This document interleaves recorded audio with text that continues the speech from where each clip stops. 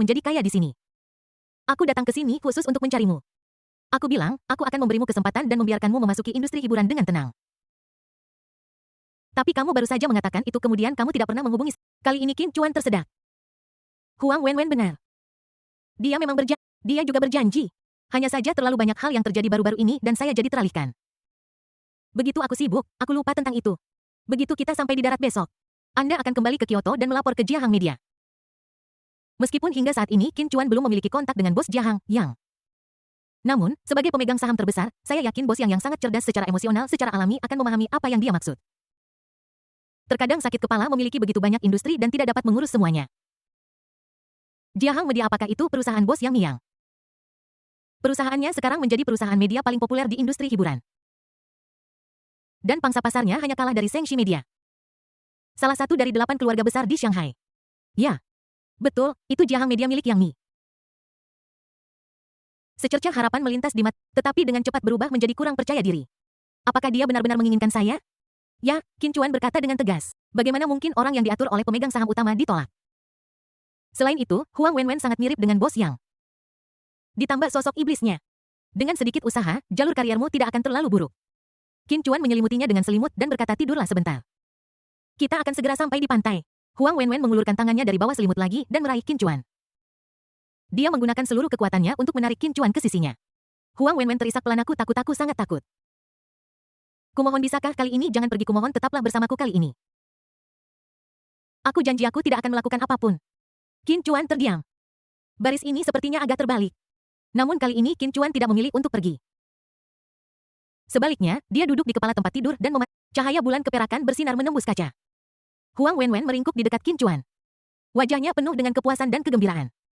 Meskipun dia tidak tahu berapa lama perasaan ini akan berlangsung. Tapi setidaknya saat ini hatinya dipenuhi dengan kepuasan.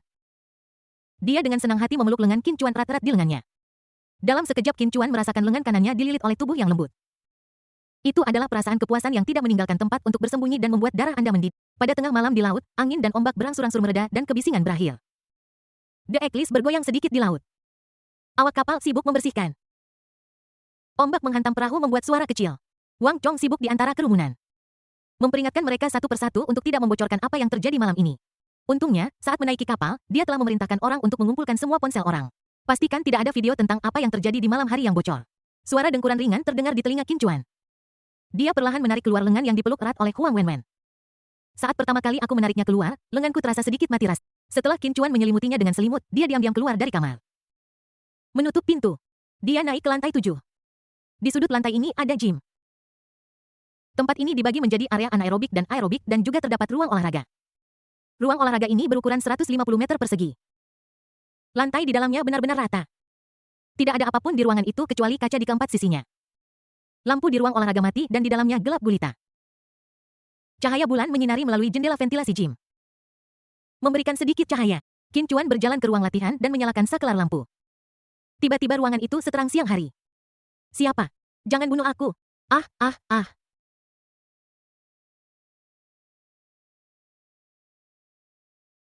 Di sudut, ketika mereka bertiga melihat dengan jelas bahwa orang yang datang adalah, semua orang terdiam menahan sakit tanpa berani bernapas. Qin Chuan berjalan mendekati ketiga orang itu dan memandang mereka. Jika aku bisa melumpuhkan lenganmu, apakah kalian akan patuh? Seng Xiaohui menangis.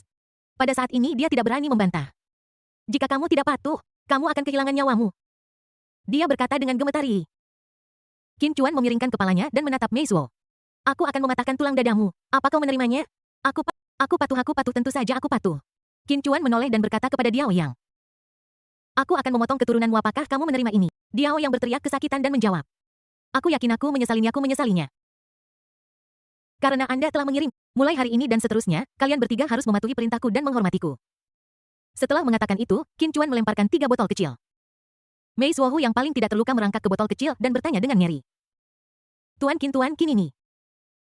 Ini adalah esensi kehidupan. Setelah meminumnya, Anda dapat menyembuhkan tulang patah dan menumbuhkan kembali Tentu saja keluarga Diao Anda dapat terus melanjutkan dupa dan tidak akan punah. Ketiganya tercengang ketika mendengar ini. Cairan kehidupan, generasi anggota tubuh yang patah. Aku masih bisa melanjutkan. Dupa. Setelah mendengar kata-kata Qin Chuan, orang yang paling terkejut adalah Diao Yang. Awalnya dia tidak ingin hidup di dunia ini lagi. Lihat botol kecil di depanmu ini. Botol ini sebenarnya bisa membuatnya penuh energi dan meremajakan dirinya. Diao yang langsung menghidupkan kembali hasratnya untuk hidup. Kerinduan akan masa depan, keinginan untuk perempuan. Mereka bertiga segera memanjat. Mereka tidak khawatir apakah Qin Chuan berbohong kepada mereka. Bagaimanapun, sudah menjadi seperti selama masih ada secercah harapan. Anda harus mencoba. Mereka membuka tutup botol dan meneguknya. Mermaid Seng Xiaohui menggoyangkan tubuhnya karena malu. Minta Mei Suo membantunya membuka tutup botol. Mei Suo menghabiskan minumannya. Dia juga sangat setia dan memberikannya kepada Seng Xiaohui. Saat sari kehidupan pertama kali memasuki mulut Anda akan mencium aroma yang menyegarkan dan elegan. Ini adalah perasaan embun pagi dan semua hal yang menghidupkan kembali. Agak dingin dan sejuk. Namun, ketika esensi kehidupan meluncur ke tenggorokan, itu mulai menjadi hangat. Kemudian terus mengalir dengan hangat ke dalam rongga dada. Kemudian masuk ke perut. Mulai dengan memasuki perut. Perasaan yang kuat tak terlukiskan. Itu langsung memenuhi tubuh. Seng Xiaohui hanya merasa luka, dia merasa sangat tidak nyaman karena gatalnya. Dia menahannya untuk waktu yang lama tetapi terpaksa menggigit kasa hemostatik dengan mulutnya. Saat kain kasa ditarik, Seng Xiaohui hanya merasa bahwa pembuluh darah di lukanya berdenyut terus-menerus. Sel-sel di atas seperti program yang tak terhitung jumlahnya yang memperbaiki diri sendiri. Detak jantungnya juga mulai meningkat. Darah yang dipasok oleh detak jantung terus-menerus diangkut ke kedua bahu. Hanya 10 menit. Pendarahan dari luka Seng Xiaohui barusan berhenti. Luka itu berkeropeng dan tidak setetes pun darah yang tumpah. 10 menit lagi berlalu. Lapisan tipis kulit terbentuk di tempat keropeng luka. Kulit bayi yang baru lahir berwarna merah muda dan lembut seperti kulit bayi. 10 menit lagi berlalu. Sepertinya ada sesuatu yang akan keluar dari bawah kulit merah muda. Tiba-tiba, benda yang akan bergerak itu memecahkan kulit. Terobosan. Perasaan nirwana dan kelahiran kembali ini sangat menyakitkan. Seng Xiaohui sangat kesakitan. Dia mendongak dan berteriak ke arah langit-langit. Setelah itu dia pingsan. Saya tidak tahu berapa lama waktu yang dibutuhkan. Seng Xiaohui perlahan membuka matanya. Kelopak matanya basah oleh keringat dan air mata. Keringat asin itu membuat matanya iritasi sehingga tidak mungkin untuk membukanya. Seng Xiaohui tanpa sadar mengulurkan tangan untuk menyekanya. Detik berikutnya, dia tertegun. Tanganku benar-benar aku benar-benar punya tangan. Dia segera menopang dirinya dengan tangannya dan terus membalikkan telapak tangannya. Lihat mereka baik-baik, lihat setiap sidik jari, setiap cetakan telapak tangan. Tanganku sudah kembali, anggota tubuhku benar-benar telah terlahir kembali. Dia melihat Mei Suo dan Diao yang di sampingnya. Keduanya berkeringat deras. Bernapas dengan berat. Penampilan mereka persis sama dengan Seng Xiaohui. Kamu. Mei Suo membuka mulutnya memperlihatkan gigi putih bersihnya. Luar biasa mengerikan, semua gigiku tumbuh kembali. Aku bahkan gigi bungsu yang kucabut 2 tahun lalu tumbuh kembali. Tulang rusukku tidak sakit lagi, tidak peduli bagaimana aku bergerakku. Aku merasa seperti ekor busuk yang baru saja kubuang bulan lalu sepertinya tumbuh kembali. Diao yang bernapas dengan berat dan dia tidak berani mengulurkan tangan untuk memastikan. Apakah kakak kedua saya sudah kembali? Kehilangan saudara dekat adalah pukulan psikologis yang besar bagi seorang pria. Seng Xiaohui baik-baik saja, tetapi kepribadian playboy-nya tidak berubah. Melihat Diao yang tidak merespons untuk waktu yang lama, dia dengan penasaran menarik celananya. Setelah perjuangan singkat, Diao yang berada pada posisi yang kurang menguntungkan. Itu hanya bisa dilucuti dan diperiksa. Seng Xiaohui meliriknya, lalu menghiburnya dengan canggung. Diao yang, apakah kamu tidak meminum semua esensi kehidupan? Kakak keduamu sepertinya belum tumbuh dewasa sepenuhnya. Sepertinya kamu perlu menjaganya beberapa hari lagi. Dia akan baik-baik saja, dia akan baik-baik saja. Diao yang merebut kembali celananya dan meludah dalam hatinya. Sialan, penisku sebesar ini untuk memulai. Ketiganya melakukan pemeriksaan diri sendiri. Saya menegaskan berulang kali bahwa tubuh saya telah pulih sepenuhnya. Bahkan ada beberapa bagian lagi. Mereka bertiga saling memandang dan berlutut di depan Qin Chuan. Itu hanya putaran bersujud dan berlutut. Saudara Qin. Begitu Diao yang bungsu membuka mulutnya, Seng Xiaohui menamparkan bagian belakang kepalanya. Diao yang, apa kau pikir kau bisa memanggilnya kakak Qin? Kau tidak menghormati orang tuamu. Kau seharusnya memanggilnya Tuan Qin. Diao yang menyentuh bagian belakang kepalanya dan mengeluarkan suara keluhan. Setelah memberi pelajaran pada Diao yang, Seng Xiaohui memimpin dan berkata, Tuan Qin, terimalah sembah kami. Anda benar-benar orang tua angkat kami. 3 keluarga kami harus memuja papan nama Anda pada hari pertama dan ke-15 setiap bulan. Seluruh keluarga akan bersujud kepada Anda, kami keluarga Seng Diao. Dan Mei, semua orang di klan harus menghormati Anda seperti kami menghormati Tuhan. Ketiganya bersujud seperti orang gila. Mereka sudah lama melupakan dendam mereka dengan Qin Chuan. Pria di depannya mampu mengalahkan prajurit Hongmen yang kuat di luar negeri. Zhou juga memiliki obat ajaib untuk melindungi tubuhnya. Obat itu dapat meregenerasi anggota tubuh yang patah dan menghidupkan kembali pohon mati. Ini adalah karakter tingkat bak yang dapat menyerang dan bertahan. Bahkan orang bodoh pun tahu bahwa dia harus berlutut dan menjilat dan menyembah. Siapa yang berani memikirkan balas dendam? Dia dapat menghidupkanmu kembali hari ini. Aku akan mengirimmu ke neraka lagi, Bet. Dicambuk itu tidak menakutkan. Lagi pula kesadaran hilang dan yang dipukuli hanyalah tubuh. Tapi Qin Chuan mampu menghidupkan kembali lawannya dan mencambuknya lagi. Nima ini. Ketidakpastian hitam dan putih akan mengambil jalan memutar setelah melihat ini. Jika Zhong Kui melihat ini, dia akan kehilangan pekerjaannya. Bahkan Raja Neraka harus menyapa ketika dia datang. Mengatakan teman baik. Tuan, jika Anda menemui sesuatu di kota ajaib. Selama Anda mengucapkan sepatah kata, keluarga Seng kami akan melewati api dan air tanpa ragu-ragu. Seng Xiaohui tiba-tiba menjadi penggemar Qin Chuan yang paling setia. Dia menggunakan tangan kiri dan kanannya yang baru tumbuh untuk menggenggam tinjunya dan berkata. Melihat ini, Mei Suo juga menggenggam tinjunya dan berkata. Sama di sini. Diao yang melihat bahwa dia secara alami tidak bisa menyerah kepada orang lain. Jadi dia menggenggam tinjunya dan berkataku juga. Qin Chuan melambaikan tangannya. Dia sebelumnya merasa bahwa ketiga orang ini agak terlalu arogan dan berbicara dengan liar. Tapi sekarang aku merasa ketiga orang ini terlalu lengket. Yang membuatku tanpa sadar merinding.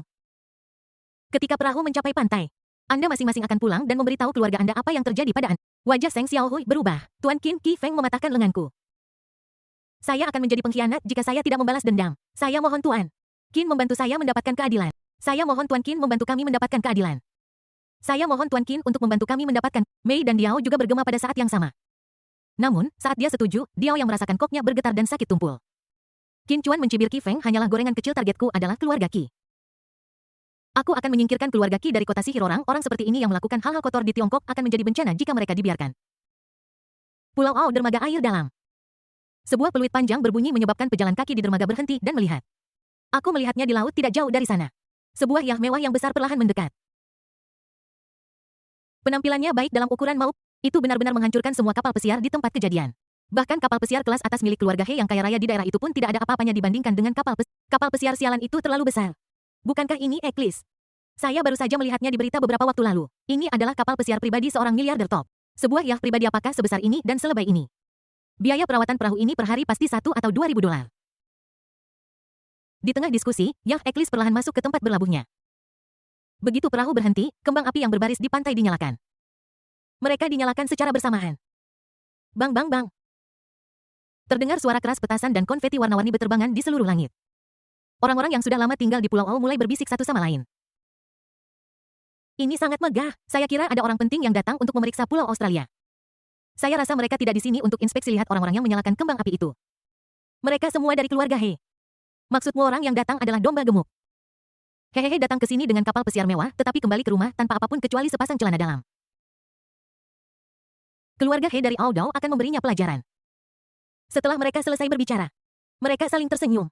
Qi Feng menghubungi keluarga He melalui telepon. Dan keluarga He tentu saja tidak akan memperlakukan Qin Chuan dengan buruk dalam hal kesopanan. Wall berasal dari biaya domba hari ini. Tentu saja, semua tagihan akan dibayar oleh keripik Master Qin. Qin Chuan, Wang Chong dan Qi Feng perlahan berjalan turun dari Eklis. Qi Feng berjalan di depan membungkuk dan memberikan instruksi dengan senyuman.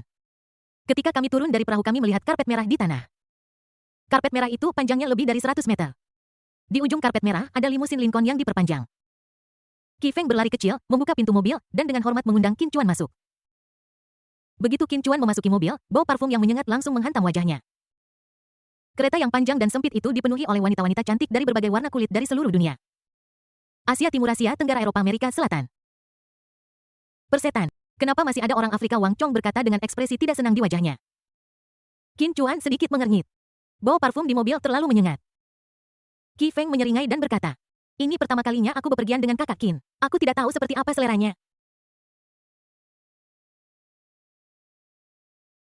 Jadi saya memesan satu sesuai dengan peta.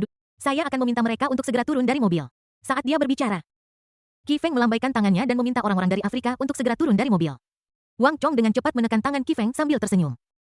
Karena kita sudah di sini, jika kamu meminta mereka turun, mereka akan kehilangan muka. Aku tahu kakakku menyukai hal-hal sederhana dan elegan. Tapi bukankah aku punya milik? Qi Feng terdiam dan berkata. Wang Chongyu lebih suka gadis-gadis bergaya selebritas internet yang putih, kurus, dan muda. Kapan kamu mulai menyukai gadis kulit hitam ini? Wang Chong terkekeh dan berkata.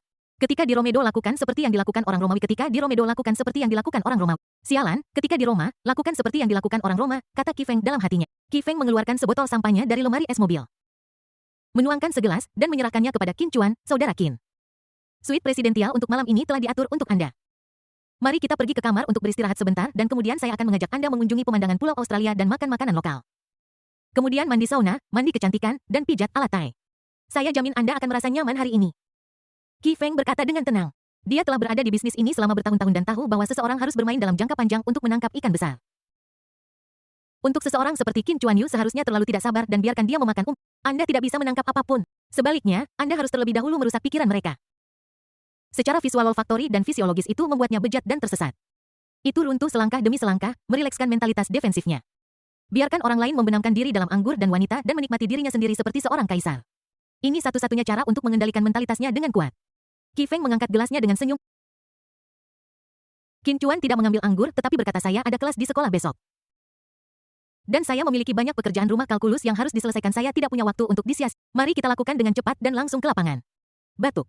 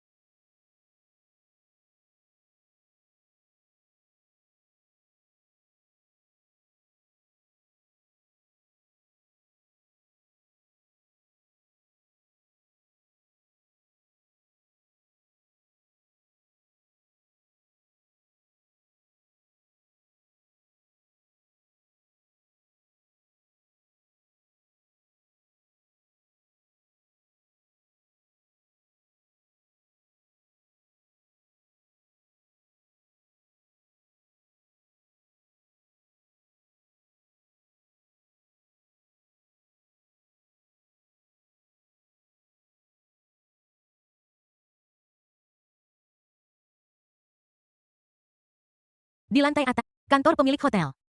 Awalnya ini adalah kamar Hesin. Kepala keluarga He. 10 tahun yang lalu Hesin tiba-tiba menderita stroke. Situasi di seluruh pulau Australia mulai menjadi kacau.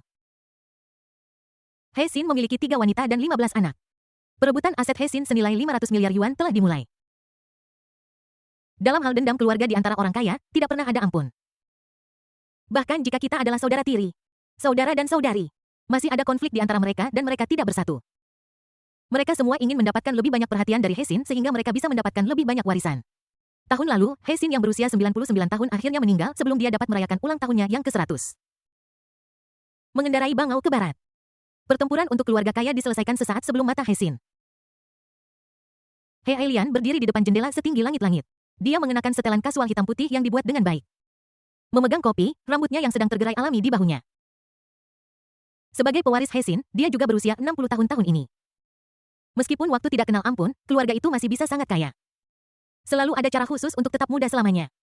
Wajah He Ailian terawat dengan baik dengan hanya sedikit jejak waktu di wajahnya yang halus dan cerah. Ada tahi lalat di sudut mulutnya, yang membuatnya terlihat lebih percaya diri dan bertekad. He Ailian berdiri di depan jendela besar dari lantai ke langit-langit kantor. Memandang ke bawah pada kendaraan yang lewat seolah-olah dia sedang memikirkan sesuatu yang penting. Pada saat ini handphone di pinggangnya bergetar. Situasi telah berubah, Qin Chuan harus segera datang ke sini. He Ailian membacakan isi pesan teks dengan lembut. Dan ekspresi wajahnya sedikit berubah. He Ailian berbalik dan berjalan ke meja meletakkan cangkir kopi. Dan menekan telepon rumah di atas meja. Paman Kun. Situasinya telah berubah. Hian besar akan segera menggigit Kyle. Mengerti, Nona, jangan khawatir, saya akan segera mengaturnya. Setelah memberikan instruksi, dia mengambil kopi dan menyesapnya perlahan. Oh Island 7 Star New Pujiang Hotel. Eksterior hotel dicat dengan warna emas. Yang membuatnya terlihat megah. Konsep desainnya tidak menggunakan gaya desain Eropa dan Amerika yang modis dan avant-garde atau sederhana dan kasual. Sebaliknya, desainnya sepenuhnya mengikuti konsep Feng Shui. Seluruh hotel menelan biaya 4 miliar dan membutuhkan waktu 3 tahun untuk membangun. Ini adalah hotel bintang 7 pertama di Macau. Seluruh hotel memiliki luas bangunan hampir 140,000 meter persegi dengan ketinggian 300 meter dan 45 lantai. Bagian bawah hotel berbentuk bola dalam desain. Sedangkan bagian atasnya berbentuk kipas. Melihat dari kejauhan, seluruh hotel terasa seperti obor yang menempel di sangkar burung. Obor melambangkan pengumpulan kekayaan. Jika dimasukkan ke dalam sangkar burung, itu berarti para tamu di dalam tidak bisa kabur meskipun mereka punya sayap. Aku tidak tahu apakah Feng Shui benar-benar berfungsi. Sejak keluarga He memiliki hotel baru ini, bisnis mereka menjadi semakin makmur. Gerbang Hotel New Pujiang dirancang agar terlihat seperti mulut harimau. Para tamu yang keluar masuk seperti anak domba yang akan disembelih. Dan mereka berjalan sendiri ke mulut harimau. Limusin Lincoln yang diperpanjang berhenti perlahan di gerbang Hotel New Pujiang. Qi Feng keluar dari mobil terlebih dahulu dan kemudian dengan hormat meminta Qin Chuan untuk keluar. Ketika Qin Chuan datang ke Pulau Ao untuk pertama kalinya, Dia tidak bisa menahan senyum main-main ketika dia melihat desain gerbang mulut harimau. Saudara Qin, silakan masuk. Ketika Wang Chong melihat wajah sedihnya, hatinya bergetar dan kakinya lemas. Saudara, Anda harus berpikir dengan hati-hati, tempat ini adalah tempat di mana orang dimakan tanpa meninggalkan tulang apapun. Qin Chuan berkata dengan tenang, apa-apa saya bilang saya akan menyelesaikan masalah ini untukmu. Jadi saya akan melakukannya untukmu, masuklah dengan cepat dan selesaikan dengan cepat agar saya bisa kembali mengerjakan pekerjaan. Wang Chong terdiam sejak bertemu Qin Chuan. Orang ini selalu terlihat begitu tenang dan terkendali sehingga sulit untuk memahaminya. Qi Feng memimpin Qin Chuan dan Wang Chong ke dalam hotel. Di belakang ketiga pria itu ada lebih dari selusin wanita cantik eksotis yang hot dan seksi. Upacara yang begitu megah menarik perhatian pelanggan yang masuk dan keluar hotel. Seorang blogger yang sedang berkeliling dunia segera mengeluarkan ponselnya dan mengambil gambar adegan ini. Ini bisa menjadi gambar sampul video Australia Island miliknya hari ini. Saat blogger itu mengambil gambar, dia melihat lebih dekat pada tiga pria yang memimpin kelompok itu. Dia tidak bisa menahan diri untuk tersentuh. Ya ampun, bukankah ini kepala sekolah Wang? Dan bukankah itu Kaisar Kota Iblis Sari? Keberuntungan macam apa hari ini? Bagaimana bisa kedua orang ini bertemu satu sama lain? Tidak, aku harus memulai siaran langsung. Saya harus memanfaatkan gelombang lalu lintas ini sebaik-baiknya. Tanpa mengucapkan sepatah kata, blogger itu segera mengklik Douyin dan membuka akun Douyinnya. Anan Global World. Kemudian dengan cepat mulai siaran langsung dengan judul Siaran langsung Raja Kota Ajaib dan Kepala Sekolah Wang memimpin 18 selir untuk bermain kartu di Pulau Australia. Judul siaran langsung yang sangat eksplosif. Ditambah blogger asli Anan dengan 700.000 penggemarnya sendiri. Pada awalnya, jumlah orang di ruang siaran langsung mencapai 4 digit. Fukan Nan sangat hebat, dia bahkan mengundang Raja Ajaib dan Kepala Sekolah Wang untuk membantu di ruang siaran langsung. Orang yang dipegang oleh Kepala Sekolah Wang sepertinya bukan selebriti internet domestik kita. Warna kulit ini. Aku tidak menyangka Kepala Sekolah Wang. Seorang pria dengan alis tebal dan mata besar akan menyukai ini. Orang di atas tidak mengerti, orang kaya telah mencoba segalanya. Ketika mereka bosan dengan makanan ringan, tentu saja mereka menginginkan sesuatu yang berat. Seorang Nan melihat bahwa popularitas di ruang siaran langsung semakin tinggi dan tinggi. Dan jumlah hadiah meningkat dengan cepat. Hati saya dipenuhi dengan sukacita. Dia dengan cepat mengikuti berpura-pura menjadi pelanggan. Mengikuti dari dekat di belakang Wang Chong. Dia melakukan siaran langsung. Qi Feng memimpin Qin Chuan ke tempat pertukaran chip. Saudara Qin, ini adalah tempat untuk menukar chip. Anda juga dapat menggunakan Weixin dan Jifubao untuk membayar dengan kartu kredit. Qi Feng menggosok tangannya dan berkata, "Nak, jika kamu ingin menutupi kekurangan 10 miliar akun, aku akan membuatmu kehilangan beberapa miliar." Wang Chong ragu sejenak. Lalu mengeluarkan kartu dari sakunya dan berkata, "Saudara, Anda membantu saya menyelesaikan akun, saya tidak bisa menghabiskan. Saya masih punya 50 juta di kartu saya, yo bermain dengan ini.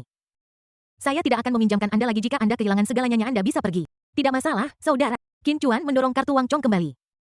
"Saudara, aku benar-benar menderita kerugian sekali, dan aku tahu betapa seriusnya itu. Aku benar-benar tidak ingin melihatmu mengikuti jejakku. Ini bukan pusat perbelanjaan atau pasar saham tempat kamu bisa sukses hanya dengan bekerja keras." Wang Chong mendapat pelajaran dan menasihati Qin Chuan dengan sungguh-sungguh. "Aku tahu batasku," kata Qin Chuan dengan tenang. Melihat Qin Chuan begitu bertekad, Qi Feng akhirnya merasa lega.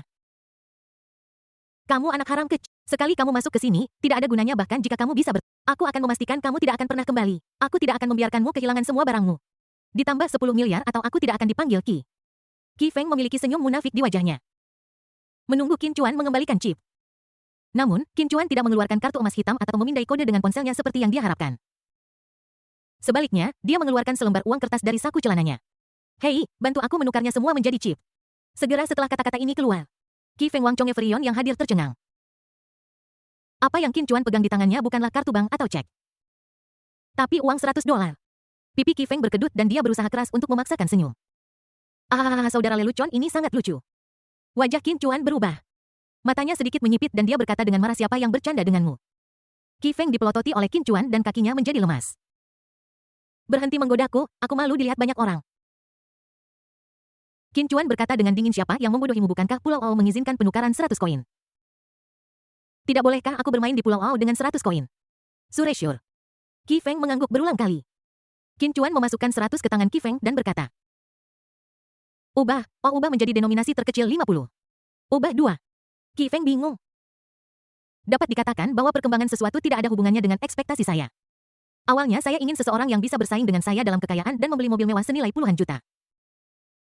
Jika Anda datang ke Macau untuk bermain kartu, you harus menukar setidaknya 18 juta chip.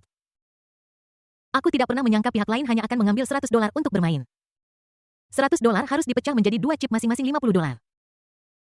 Sayang sekali aku mengatur upacara penyambutan yang begitu meriah untuk Qin Chuan pagi ini. Jika keluarga He tahu tentang ini, mereka akan bergegas keluar dan memukuli saya sampai mati. Di bawah tekanan dari Qin Chuan, Qi Feng tidak berani mengatakan apapun lagi. Saya hanya bisa berjalan ke counter dengan 100 yuan dan meminta 2 chip 50 yuan. Kemudian pelayan di counter mengumpulkan uang dan mendorong keluar 2 keripik. Qi Feng hendak mengambilnya, tetapi dia melihat tangan pelayan itu menekan keripik dengan kuat. Kamu Qi Feng hendak marah. Aku mendongak dan melihat orang di depanku dengan jelas. Dia adalah seorang pria berusia 70 tahun dengan rambut yang disisir, sosok yang tegak dan mengenakan setelan biru tua. Kemarahan Qi Feng mereda seketika. Paman Kun. Tenggorokan Paman Kun bergerak sedikit dan suara serak serta rendah keluar dari mulutnya. Qi Feng, inikah masalah besar yang kamu sebutkan? Wanita itu sangat marah. Dan konsekuensinya serius. Kata-kata itu tidak diucapkan dengan keras. Tetapi mereka seperti baskom berisi air es yang disiramkan, menyebabkan dia menggigil. Di ruang siaran langsung. Ketika saya melihat dua Raja Kota Sihir dan Kepala Sekolah Wang. Ketika mereka memperlakukan seorang anak laki-laki berusia 20-an dengan papan pesan di ruang siaran langsung telah meledak. Siapa orang itu di antara Raja Iblis dan Kepala Sekolah Wang? Aku belum pernah melihatnya sebelumnya. Melihat garis luar orang itu. Dia tampak sedikit familiar, sepertinya aku pernah melihatnya di ruang siaran langsung sebelumnya. Meskipun aku tidak tahu siapa dia, tetapi Raja Iblis dan Kepala Sekolah Wang sangat menghormatinya. Dia pasti tokoh penting. Perdebatan tentang identitas Qin Chuan berlangsung lama tanpa hasil apapun. Namun semua orang memiliki pendapat yang bulat. Pria muda berusia 20 tahun ini pasti seseorang yang luar biasa. Dilihat dari sikap Raja Iblis dan Kepala Sekolah Wang. Statusnya pasti lebih tinggi dari kedua orang ini. Orang itu mungkin seorang bangsawan dari keluarga kaya yang tersembunyi. Saya rasa begitu Anda bisa tahu dengan melihat pakaiannya. Ini sama dengan pakaian kain kasar dan sepatu kain Jack Ma. Yang menonjol adalah dia bertingkah santai kepada orang kaya seperti dia. Barang mewah hanyalah kain. Semakin banyak kamu mengatakan ini, semakin aku ingin melihat pria super kaya ini bermain kartu. Apakah dia akan seperti Chow Yun Fat menghabiskan puluhan juta dan membuat beberapa tujuan kecil dalam satu tangan? Sangat panas. Di tengah diskusi di antara para netizen. Namun, sebuah adegan mengejutkan muncul di siaran langsung. Qin Chuan tidak mengeluarkan sekotak uang kertas untuk ditukar dengan chip seperti yang dibayangkan semua orang. Sebagai gantinya, dia hanya mengeluarkan selembar uang $100 dari saku celananya dan menukarkannya dengan chip. Awalnya di ruang siaran langsung, ada diskusi panas di bagian komentar. Api itu padam seketika. Semua warganet di ruang siaran langsung tercengang. Aku tercengang. Apa-apaan ini? Apa yang terjadi? Sebelum semua orang bisa bereaksi, mereka melihatnya di layar siaran langsung. Wang Chong menunjuk 2 chip 50 yuan di tangan Qin Chuan dan bertanya. Saudara, apakah Anda akan memenangkan kembali 10 miliar hanya dengan 100 yuan ini? Qin Chuan menjawab dengan tegas ya 100 yuan untuk memenangkan 10 miliar. Bukankah itu mungkin? Tiba-tiba ruang siaran langsung yang sunyi meledak. Kata-kata keterlaluan macam apa yang baru saja kudengar? Apa aku tidak salah? Apa aku tidak berhalusinasi? Orang itu bilang dia bisa memenangkan 10 miliar hanya dengan 100 yuan. Aku juga mendengarnya. Kupikir ada yang salah dengan kartu ponselku. Ya Tuhan, siapa orang ini? Apakah dia di sini untuk membuat orang tertawa? Apakah dia kelompok suasana yang disewa oleh blogger? Naskahmu terlalu berlebihan. An-nan, yang sedang memegang ponsel di tempat kejadian. Mendengar jawaban Qin Chuan dengan telinganya sendiri. Aku juga bingung sesaat. Gunakan 100 yuan untuk memenangkan 10 miliar. Aku khawatir otaknya sudah rusak. An-nan takut orang-orang akan mengatakan bahwa dia sedang merekam naskah dan itu akan memengaruhi citranya. Aku berencana untuk mematikan siaran langsung. Namun ketika dia melihat ke bawah ke layar, dia terkejut. Diskusi di ruang siaran langsung tidak kalah hebohnya dengan yang baru saja tentang pemotretan wanita cantik eksotis. Semua orang ingin melihat bagaimana orang itu ditampar wajahnya oleh kenyataan. Jadi An-nan memikirkannya dan mengubah judul ruang siaran langsung. Dengan tangan kosong dari 100 yuan menjadi 10 miliar. Judul ini telah diubah. Dalam sekejap, hal itu menarik banyak perhatian warganet untuk mengeklik. Dengan tangan kosong dari 100 yuan menjadi 10 miliar. Apakah pembawa acara ini berencana merampok bank secara langsung? 100 yuan menjadi 10 miliar. Apakah pembawa acara melakukan pertunjukan mencetak uang hantu? Sungguh pembawa acara yang payah, jelas sekali dia hanya seorang yang mencari perhatian. Jika saya benar-benar memenangkan 10 miliar dengan 100 yuan saya akan makan kotoran secara langsung. Mata An-nan kabur dan dia tidak bisa mengikuti pesan yang terus diperbarui dengan cepat. Dia hanya bisa memfokuskan perhatiannya pada Qin Chuan dan hanya mengikutinya dari belakang. Berhati-hati untuk tidak kehilangan dia. Qin Chuan sedang berjalan-jalan di lantai pertama Xin Pujiang. Sambil memegang 2 chip kuning 50 yuan, Qi Feng sudah lama kehilangan antusiasmenya dan tidak lagi mengikuti Qin Chuan. 100 yuan dan anjing itu akan bermain dengan Anda. Hal terpenting baginya sekarang adalah bagaimana menjelaskan kepada keluarga He. Lagi pula, tadi malam aku membual kepada Haku dan berkata aku akan mengirim ikan besar. Sebagai hasilnya kini udang kecil datang. Melihat Qin Chuan hanya bermain dengan 100 keping. Wang Chong merasa lega. Aku memeluk pacar baruku dan pergi ke bar terdekat untuk minum beberapa gelas. Ngomong-ngomong, kita bisa bertukar pikiran secara mendalam dan menjelajahi budaya kedua negara. Qin Chuan yang sedang berjalan-jalan memindai seluruh adegan dengan cermat. Akhirnya matanya tertuju pada meja bundar. Ada kursi kosong di meja itu. Jadi dia duduk. Kemudian dia menempatkan dua chip 50 di atas. Di sisi kiri tangannya ada seorang pria kaya yang pakaiannya dipenuhi dengan logo merek besar. Di sisi kanan ada seorang wanita kaya yang mengenakan emas dan perak. Qin Chuan tampak agak tidak pada tempatnya dengan pakaian kasualnya yang cocok untuk liburan pantai. Pria kaya muda itu melirik Qin Chuan yang sedang duduk. Dan chip 100 yuan yang telah dia tempatkan di atas meja. Aku tidak bisa menahan diri untuk meludah. Dari mana anak nakal ini berasal, belajar cara bermain kartu seperti orang dewasa. Mata wanita kaya itu berbinar saat dia melihat Qin Chuan. Anak muda, kamu cukup tampan. Apakah kamu ingin datang ke kamarku malam ini dan mendapatkan uang saku? Qin Chuan tersenyum dan tidak menjawab. Di meja poker. Kebalikan dari Qin Chuan, dia adalah seorang wanita muda yang mengenakan riasan tipis dan pakaian kerja hitam putih yang seksi. Dia merentangkan tangannya dan berkata, tamu yang terhormat, Anda dapat memasang taruhan Anda sekarang. Meja kartu tempat Qin Chuan berada memainkan permainan menebak ukuran. Nama sekolah dasar dari menebak ukuran disebut Sichbo. Wanita muda di depannya memegang 3 dadu di tangannya. Wanita muda itu pertama-tama akan mengocok wadah dan melempar dadu. Ketika pengocokan wadah berhenti, orang-orang di meja dapat memasang taruhan. Pilih untuk membeli besar, jumlahkan angka pada ketiga dadu untuk mendapatkan jumlah hasil. 3 sampai 10 kecil, 11 sampai 18 besar. Jika Anda menebak hasil besar atau kecil dengan benar, Anda bisa mendapatkan 1 hingga 2. Tentu saja, Anda juga bisa memilih untuk menebak jumlah poin tertentu. Pembayaran tertinggi adalah untuk macan tutul dengan peluang 150/1 untuk 3 angka identik. Di bawah aturan yang tampaknya sederhana. Sebenarnya untuk orang-orang di meja poker, tidak ada keuntungan sama sekali, karena meskipun Anda hanya bertaruh pada ukuran, tingkat kemenangan kurang dari 50. Karena ada juga titik macan tutul. Itu tidak termasuk dalam kategori ukuran. Dari sini kita dapat melihat bahwa akan selalu ada hanya satu hasil untuk orang-orang di meja poker. Itu berarti jadi jauhi kegiatan semacam itu. Qin Chuan menatap bejana di tangan wanita muda itu dan tidak bereaksi untuk waktu yang lama. Pria kaya di sampingnya menjabat cerutu di tangannya dan berkata dengan tidak senang. Hei, nak, sekeras apapun kamu mencari, kamu tidak akan bisa melihat apa yang ada di dalamnya. Cepatlah dan jangan buang waktu kami. Wanita kaya itu datang dengan senyum di wajahnya dan berbisik di telinga Qin Chuan. Jangan takut, anak laki-laki tampan. Jika kamu kehilangan 100 yuan, aku akan memberimu 100 lagi. Orang lain di meja bundar juga berbicara. Mendesak Qin Chuan untuk memasang taruhannya dengan cepat. Hanya 100 yuan. Tetapi mereka membuatnya tampak seperti bernilai ratusan juta. Warganet di ruang siaran langsung Anan juga mengeluh. Saat pertama kali saya pergi ke Australia untuk perjalanan, saya menghabiskan 000 yuan tetapi dia tidak mengomel seperti saya. Aku khawatir orang ini tidak di sini untuk mengejekku. Apakah dia mencoba meniru Stephen Chow dan menggunakan kemampuan khususnya untuk melihat menembus sesuatu? Hahaha, orang di atas mengatakan apa yang ingin saya katakan. Wanita dealer itu sedikit mengerutkan kening. Namun mereka diberitahu selama pelatihan kerja mereka bahwa mereka tidak boleh terburu-buru dengan pelanggan. Tetapi jumlah total uang yang dihabiskan pelanggan ini hanya 100 yuan. Sungguh terlalu lama untuk berlama-lama seperti ini. Saat ini, Qin Chuan tiba. Sinar keemasan melintas di mata yang semula hitam. Dia mengangkat sudut mulutnya dan menjatuhkan 2 keping 50 yuan di atas meja. Letakkan di area macan tutul 3 titik. Di ruang siaran langsung. Warganet terkejut melihat Qin Chuan benar-benar bertaruh pada 3 macan tutul di tangan pertama. Semua orang mulai gelisah. Apakah orang ini tahu cara bermain? Dia memainkan 3 macan tutul di tangan pertama. Hanya 100 yuan. Dan kamu langsung bertaruh semua. Sebaiknya coba 50 dulu, baru membuat keputusan. Orang di atas memberikan jawaban yang benar. Saya pikir dia akan menggunakan 1 untuk bertanya arah terlebih dahulu, lalu bertaruh pada chip kedua setelah menukar 2 chip. Tapi aku tidak menyangka dia akan all in. Sepertinya dia seorang pemuda. Di meja kartu, orang kaya kecil itu mendengus dingin. Kamu bertaruh pada macan tutul di awal. Kamu ingin bertaruh 150 kali. Apakah kamu pikir kamu adalah dewa judi Zhou Runfa? Wanita kaya itu mengambil chip 100 yuan dan memasukkannya ke tangan Qin Chuan. Dan berkata, adik kecil, ini pertama kalinya kamu bermain kartu. Kan, ini bukan cara kamu bermain kartu. Perhatikan baik-baik dan aku akan mengajarimu. Qin Chuan meletakkan kembali chip itu di meja wanita kaya itu. Tidak ada pola yang harus diikuti dalam permainan kartu. Qin Chuan memberi isyarat kepada gadis di depannya bahwa sudah waktunya untuk membuka. Mata wanita muda itu bergerak sedikit dan kemudian dia membuka tutup bejana di tangannya. Kemudian dia duduk tegak dan menyanyikan 333 macan tutul. Setelah membuka tutupnya, seluruh tempat menjadi sunyi senyap. Beberapa warganet yang baru saja berada di ruang siaran langsung menyuarakan pendapat dan memberikan saran. Rasanya seperti terkena pukulan tumpul.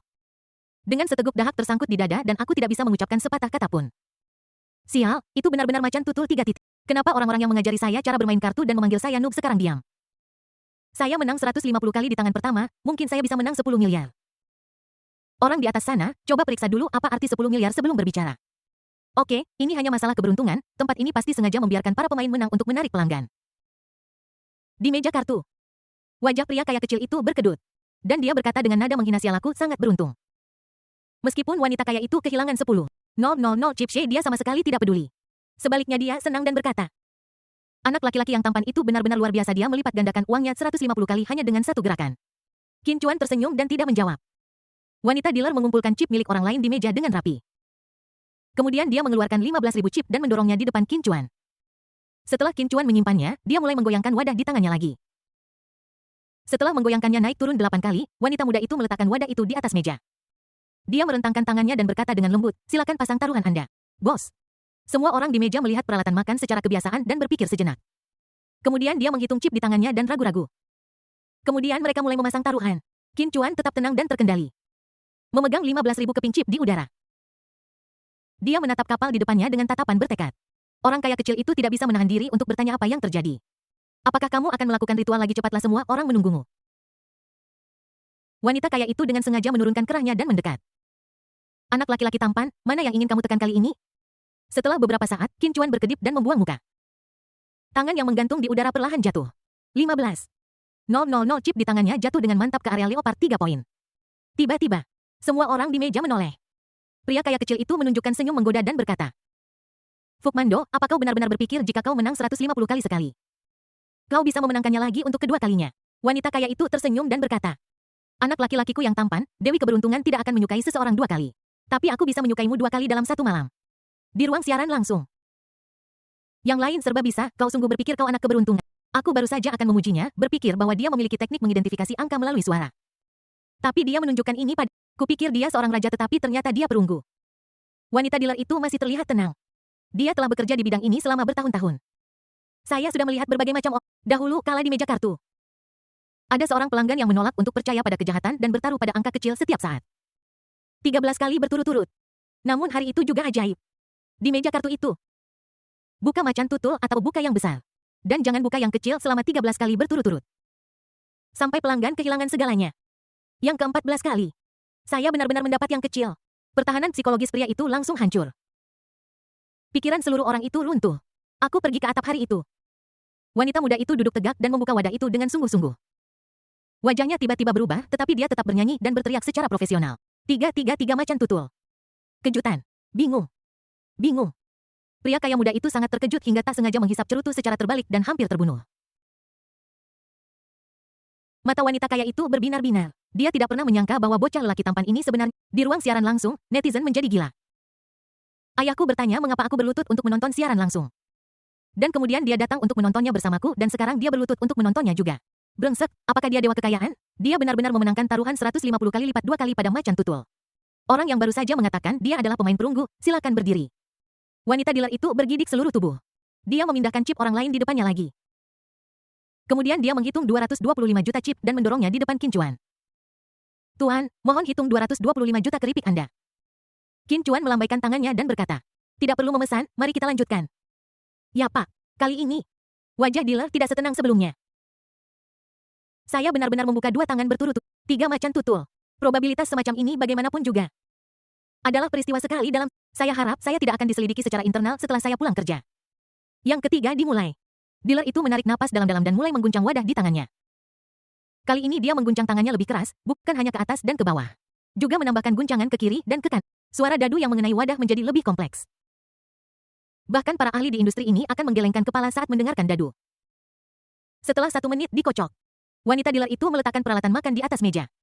Dia merentangkan tangannya dan berkata dengan lembut, tolong pasang taruhan Anda. Bos. Di ruang siaran langsung. Meskipun aku tidak ada di sana. Aku sangat gugup. Pakar ini sudah memprediksi macan tutul 2 kali berturut-turut. Mengubah 100 yuan menjadi 225 juta yuan kali ini tidak akan menjadi macan tutul lagi. Kan? Bagaimana itu mungkin? Apa kau tidak pernah dengar bahwa sesuatu tidak pernah terjadi lebih dari 3 kali? Di meja poker.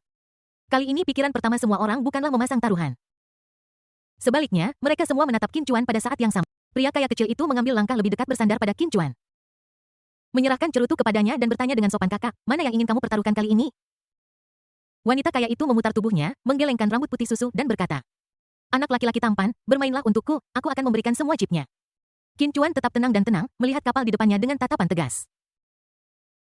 Selain adegan langsung, ada juga antarmuka sistem di depannya.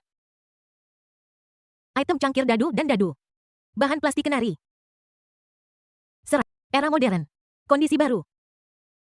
Kualitas umum. Ringkasan. Cangkir dadu kayu dengan permukaan halus dan garis-garis halus tipis. Yang tidak memengaruhi penggunaan tetapi kualitasnya rata-rata. 3 dadu, 3 mata menghadap ke atas, terbuat dari plastik, kualitasnya rata-rata. Lihat ringkasan akhir. Qin Chuan mengangkat sudut mulutnya. Permainan kartu hari ini menarik. Jika sistem tidak memberiku petunjuk apapun, aku akan berpikir itu diam-diam mendukungku. Segera setelah itu, Qin Chuan mendorong dengan kedua tangannya dan mendorong keluar semua 2,25 juta chip. Di meja poker dan di ruang siaran langsung. Semua orang menyaksikan adegan ini dengan tidak percaya. Pupil bandar itu tiba-tiba mengecil. Dan dia berkata dengan tak percaya, Sir, apakah Anda yakin? Bermain all-in pada macan tutul 3 poin. Pulau Wow. Hotel New Pujiang Bintang 7. Di lantai atas kantor pemilik hotel. Di meja terdapat papan nama segitiga dengan 3 karakter besar tertulis di atasnya. Hei Ailian. Hei Ailian, kepala keluarga Hei saat ini.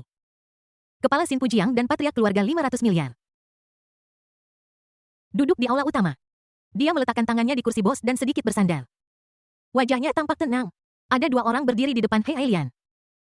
Qi Feng menyatukan tangannya dan menggantungkannya di depannya. Menundukkan kepalanya dan tidak berani menatap langsung atasannya. Paman Kun dengan wajah tegas dan kaki sedikit terpisah. Berdiri di sampingnya. Suasana di ruangan itu sangat sunyi. Tidak ada jejak emosi di wajah Hei Ailian. Qi Feng, apakah kamu tahu apa yang akan terjadi jika kamu mempermainkan keluarga Heiku? Saudari Qi Feng berkata, saudari aku tidak tahu hal-hal akan menjadi seperti ini. Dia menghabiskan banyak uang di pameran mobil. Eklis yang dikendarainya bernilai 3 miliar yuan.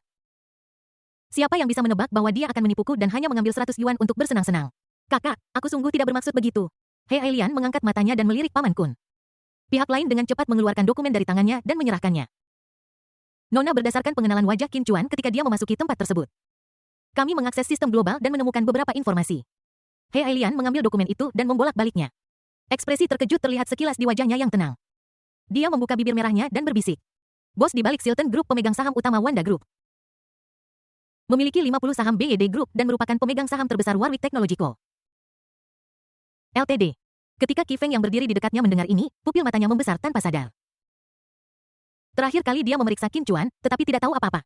Ketika keluarga He memeriksa, mereka menemukan begitu banyak informasi. Metode keluarga He memang sangat kuat. Lagi pula, Qin Chuan sebenarnya memiliki modal yang begitu kuat. Ternyata sanjungan Wang Chong bukan karena keterampilan bela diri Qin Chuan yang tinggi. Tetapi mereka jauh lebih kaya daripada seluruh keluarga Wan Dawangnya. Misi menemukan satu hal lagi. Jelaskan. Belum lama ini. Sesuatu yang besar terjadi di Korea yang memengaruhi takdir nasionalnya. Apakah Anda berbicara tentang fakta bahwa kekuatan misterius memperoleh 61 saham grup Sansin? Yanona Group Sansin adalah chaebol terbesar di Korea. Pendirinya keluarga Lee hanya memiliki 2 saham.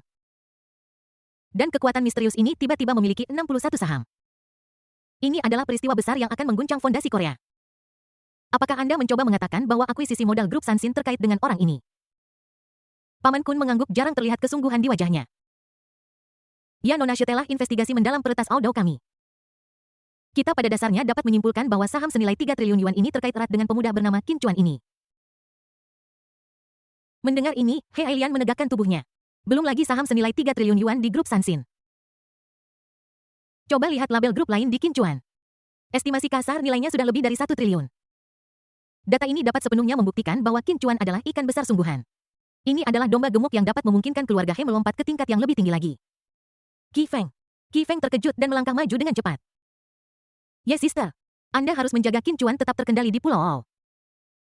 Bahkan jika Anda tidak bisa memeras semua kekayaannya dari dia, kamu harus membuatnya membayar harga yang mahal ketika dia pergi. Tidak ada batasan atas semua biaya pemasaran dan hiburan. Tidak peduli apa yang dia inginkan untuk dimakan atau apa yang ingin dia mainkan. Aku akan mencari cara untuk mendapatkannya untuknya. Kamu harus membujuknya. Buat dia bahagia. Jika perlu, saudara perempuanku juga bisa membiarkannya memilih sesuka hati. Selama Qin Chuan menyukai sesuatu, kami akan mengirimkannya kepadanya. Qi Feng tampak malu, tapi saudara perempuannya berkata ketika dia datang ke sini bahwa dia akan berangkat ke Kyoto malam ini. Dia ada kelas di sekolah besok dan dia belum menyelesaikan pekerjaan rumah kalkulusnya. He Ailian tertegun dan melemparkan cangkir teh padanya. Brengsek kau. Qi Feng, apakah ini hari pertamamu bekerja? Kau percaya omong kosong ini? Seseorang dengan kekayaan triliunan dolar tidak perlu bersekolah. Apa yang dia inginkan? Dia ingin lulus dengan ijazah sarjana dan mencari pekerjaan yang gajinya 3,000 yuan 996 dan tidak memiliki jaminan sosial atau dana pensiun. Kamu pasti menyinggung perasaannya di suatu tempat. Qi Feng menyentuh dahinya yang berdarah dan merasa sangat sedih. Dia juga tidak bisa berkata-kata karena setiap kata yang diulanginya adalah. Adapun menyinggung seseorang, Qi Feng tidak berani memberitahu siapapun apa yang terjadi pada Eklis. Kalau tidak, berdasarkan pemahamannya tentang He Ailian, dia akan mencincang dirinya sendiri menjadi berkeping-keping untuk membiarkan Qin Chuan Kakak, kau harus percaya padaku. Mobil-mobil mewah dan wanita-wanita cantik. Aku menawarkannya kepadamu segera setelah aku tiba, tanpa melewatkan satu pun. Hei Ailian sangat marah dan mengutuk. Otakmu seperti otak anjing? Mobil mewah dan wanita cantik tidak ada gunanya. Kamu tidak bisa menemukan mobil mewah dan pria tampan. Qi Feng tertegun. Mobil mewah dan pria tampan. Apa-apaan?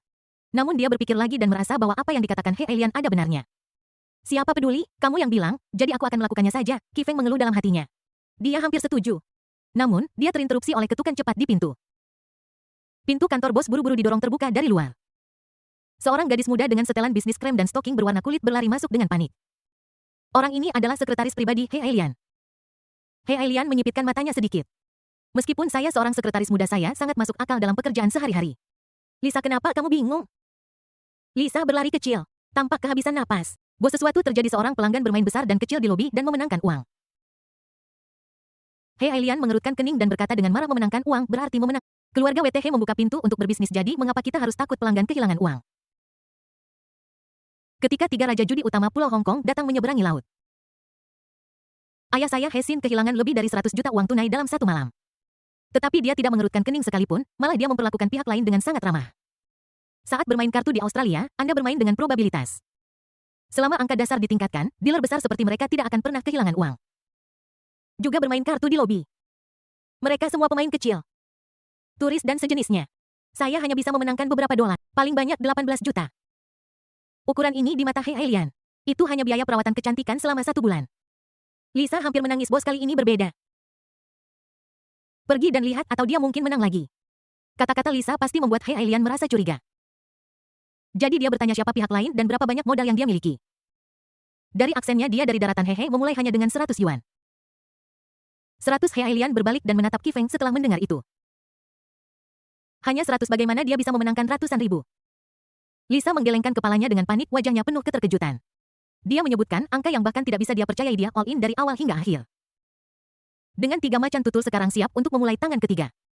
Dia masih all in dengan 3 macan tutul. Begitu kata-kata ini diucapkan, suhu di seluruh ruangan turun lebih dari 10 derajat. Wajah tenang Hei Ailian tiba-tiba berubah menjadi wajah nyeri. Semuanya setiap saat 3 macan kumbang 150-1 siap memainkan tangan ketiga. Setiap kata yang Lisa ucapkan menusuk hati ketiga orang di ruangan itu. Paman Kun bergidik dan berseru, jadi dia sudah memenangkan lebih dari 2 juta dengan 100 yuan. Jika dia memenangkan 3 macan tutul lagi di ronde ini, dia akan memenangkan 300 juta. Pulau Al Hotel New Pujiang bintang 7 lobi lantai pertama. Adegan asli dari keramaian yang ramai dan dadu yang bertabrakan. Dan pelanggan berteriak dan meniup ujung-ujungnya hilang. Adegan itu sunyi dan menyesakkan. Ada orang-orang berkumpul di dalam dan di luar meja bundar. Tidak ada yang berani bernapas dan semua orang berhenti dan menatap. Seolah-olah menyaksikan momen sakral dan khidmat. Di atas meja bundar ada setumpuk keripik setinggi gunung kecil. Ini selain film-film yang disutradarai oleh Chow Yun-fat dari Hong Kong pada tahun 1980-an. Tumpukan terbesar dan paling banyak yang pernah mereka lihat. Keripik di tempat kejadian dapat digambarkan sebagai gunung kecil. Bagian terluar dari kerumunan. Ada turis baru yang mengunjungi hotel. Dia melihat kerumunan besar orang di depannya. Aku tidak bisa menahan diri untuk berjinjit untuk mengintip. Apa yang terjadi? Mengapa begitu sepi? Apa yang mereka lakukan? Ada begitu banyak orang berkumpul di sini, apakah mereka sedang syuting film? Seseorang pria parubaya memberi isyarat kepada turis baru untuk diam. Anak muda, kecilkan suaramu dan jangan ganggu pria itu. Turis itu bingung dan berkata dengan raut wajah tidak senang. Ada apa? Apakah dia dewa judi Chow Yun-fat? Atau apakah dia Stephen Chow yang memiliki kekuatan khusus? Puluhan pria dan wanita menoleh menatap turis itu. Dan memperingatkannya untuk diam. Kali ini para turis bingung dan tidak berani mengatakan apapun lagi. Di ruang siaran langsung. Warganet menonton dengan napas tertahan. Pesan-pesan di ruang siaran langsung juga berhenti. Semua orang menunggu dengan napas tertahan. Di meja kartu. Pria kaya kecil itu sangat gembira, tangannya gemetar. Dia menyalakan cerutu kubah dan mendekatkannya ke mulut Qin Chuan. Saudara saya sudah menang 3 kali ini haruskah kita memikirkannya lagi? Metode all-in ini, aku sudah melihatnya, hatiku tidak tahan. Meskipun wanita kaya itu didorong menjauh oleh Qin Chuan beberapa kali. Dia masih berpegangan padanya dan berkata, anak laki-laki tampan, mari kita tidak memainkan permainan ini lagi. Kita harus berhenti selagi kita unggul dengan 300 juta. Kita bisa menjalani hidup tanpa beban kemanapun kita pergi. Tuan, yakin ingin bertaruh pada 3 ekor macan tutul? Dealer bertanya dengan gemetar dengan suara tangisan yang kuat. Selama bertahun-tahun dia bekerja, ini adalah pertama kalinya dalam hidupnya dia harus membuka 3 macan tutul 3 poin berturut-turut. Ini juga pertama kalinya saya melihat seseorang bertaruh 3 macan tutul dalam 3 putaran berturut-turut. Apakah itu probabilitas dadu atau desain lubang 6 sisi dadu? Macan tutul berbintik 3 selalu paling kecil kemungkinannya untuk muncul. Jika bukan aku yang berdiri di posisi dealer hari ini, dia pasti akan menjadi orang pertama yang melompat keluar dan menuduh pihak lain melakukan. Qin Chuan bersandar dengan tenang dan mengulurkan tangan kanannya. Saya yakin, silakan. Wanita dealer itu sangat gugup sehingga dia tidak berani membuka matanya dan membuka perkakasnya. Dia menutup matanya dan dengan desir dia membuka wadah itu. Beberapa detik berlalu dan dia mendengar sunyi senyap. Apakah dia kalah kali ini? Dealer mencoba mengangkat kelopak matanya untuk melihat poin di atas meja. Hanya sekilas. Tekanan darahnya naik. Kepala kecil itu hampir tidak bisa menahan gelombang darah dan energi. 333 macan tutul wanita muda itu hampir pingsan setelah mengatakan ini. Seluruh tempat itu sunyi senyap. Semua orang tertegun. Semua orang tercengang. Kejutan. Suasana hati Noevrion tidak bisa lagi digambarkan dengan keterkejutan. Ini adalah pertunjukan yang menghancurkan dunia dan menghancurkan ketiga perspektif. Adegan ini tidak kurang dari apa yang mereka saksikan dengan mata kepala mereka sendiri. Pangu menciptakan dunia dan Nuwa memperbaiki langit. 4 macan tutul 3 angka berturut-turut. Taruhan all-in lainnya dengan odds 150 kali. Qin Chuan bisa mendapatkan kompensasi sebesar 50.625 juta kali ini. Sungguh keterlaluan, ini sangat keterlaluan. Tutup peti mati Archimedes hampir tidak bisa menahannya. 100 yuan dalam waktu kurang dari 1 jam. Dan memenangkan lebih dari 50 miliar.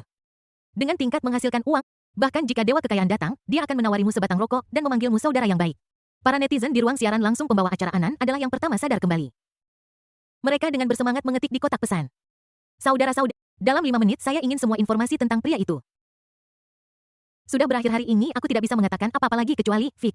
Kupikir 100 hingga 10 miliar adalah batasan mimpi. Tetapi aku tidak menyangka orang ini akan mencapai 50 miliar. Warganet yang bersemangat akan segera mengeklik untuk memposting pesan mereka. Namun, dia menemukan bahwa ruang siaran langsung tempat dia berada telah dihentikan. Anan menemukan bahwa layar ponselnya tiba-tiba menjadi hitam. Jadi dia membuka kunci layar lagi. Namun dia menemukan bahwa akunnya Anan Global World langsung diblokir oleh pejabat Douyin. Di meja kartu. Semua orang yang duduk di meja yang sama dengan Qin Chuan sangat menyesalinya hingga ingin muntah darah. Faktanya, itu dimulai dari kedua kalinya Qin Chuan bermain all-in. Mereka sudah mulai memperhatikan Qin Chuan. Mulai dengan 100 yuan. Tekan 3 macan tutul 2 kali berturut-turut dan menangkan 150 kali lipat pembayaran. Ini bukan sesuatu yang akan dilakukan oleh orang normal. Pihak lain pasti sangat mampu. Mereka juga ingin belajar dari Qin Chuan dan mengambil kesempatan. Tetapi mereka tidak bisa memaksa diri untuk melakukannya. Saat semakin banyak macan tutul 3 poin ditembakkan dari meja, mereka menjadi lebih khawatir. Tampaknya setiap kali seekor macan tutul 3 poin digambar, kemungkinan seekor macan tutul 3 poin ditarik berikutnya akan lebih kecil. Namun, ada juga orang pintar. Mereka adalah 2 orang di sekitar Qin Chuan. Pria kaya kecil dan wanita kaya. Pria kaya kecil itu hanya berani mengikuti tren dan bertaruh 10.000 ketika saya melihatnya untuk keempat kalinya, itu masih merupakan macan tutul. Pria kaya muda itu menamparkan dahinya dan sangat menyesalinya hingga ususnya berubah menjadi hijau.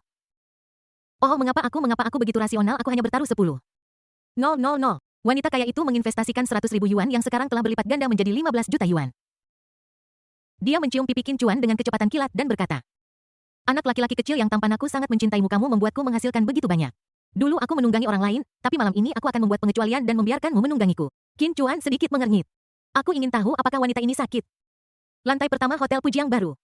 Pintu lift eksklusif bos perlahan terbuka. Hei Ailian berjalan keluar dengan cepat, wajahnya penuh amarah yang luar biasa. Ada apa denganmu? Kamu seharusnya memberitahu saya ketika dia menang untuk kedua kalinya.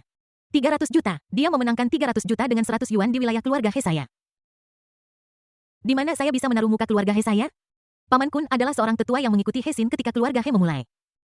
Dia berdiri untuk menghibur wanita mudanya dan berkata, Nona, mari kita buka pintu untuk berbisnis, jangan pedulikan menang atau kalah saat ini.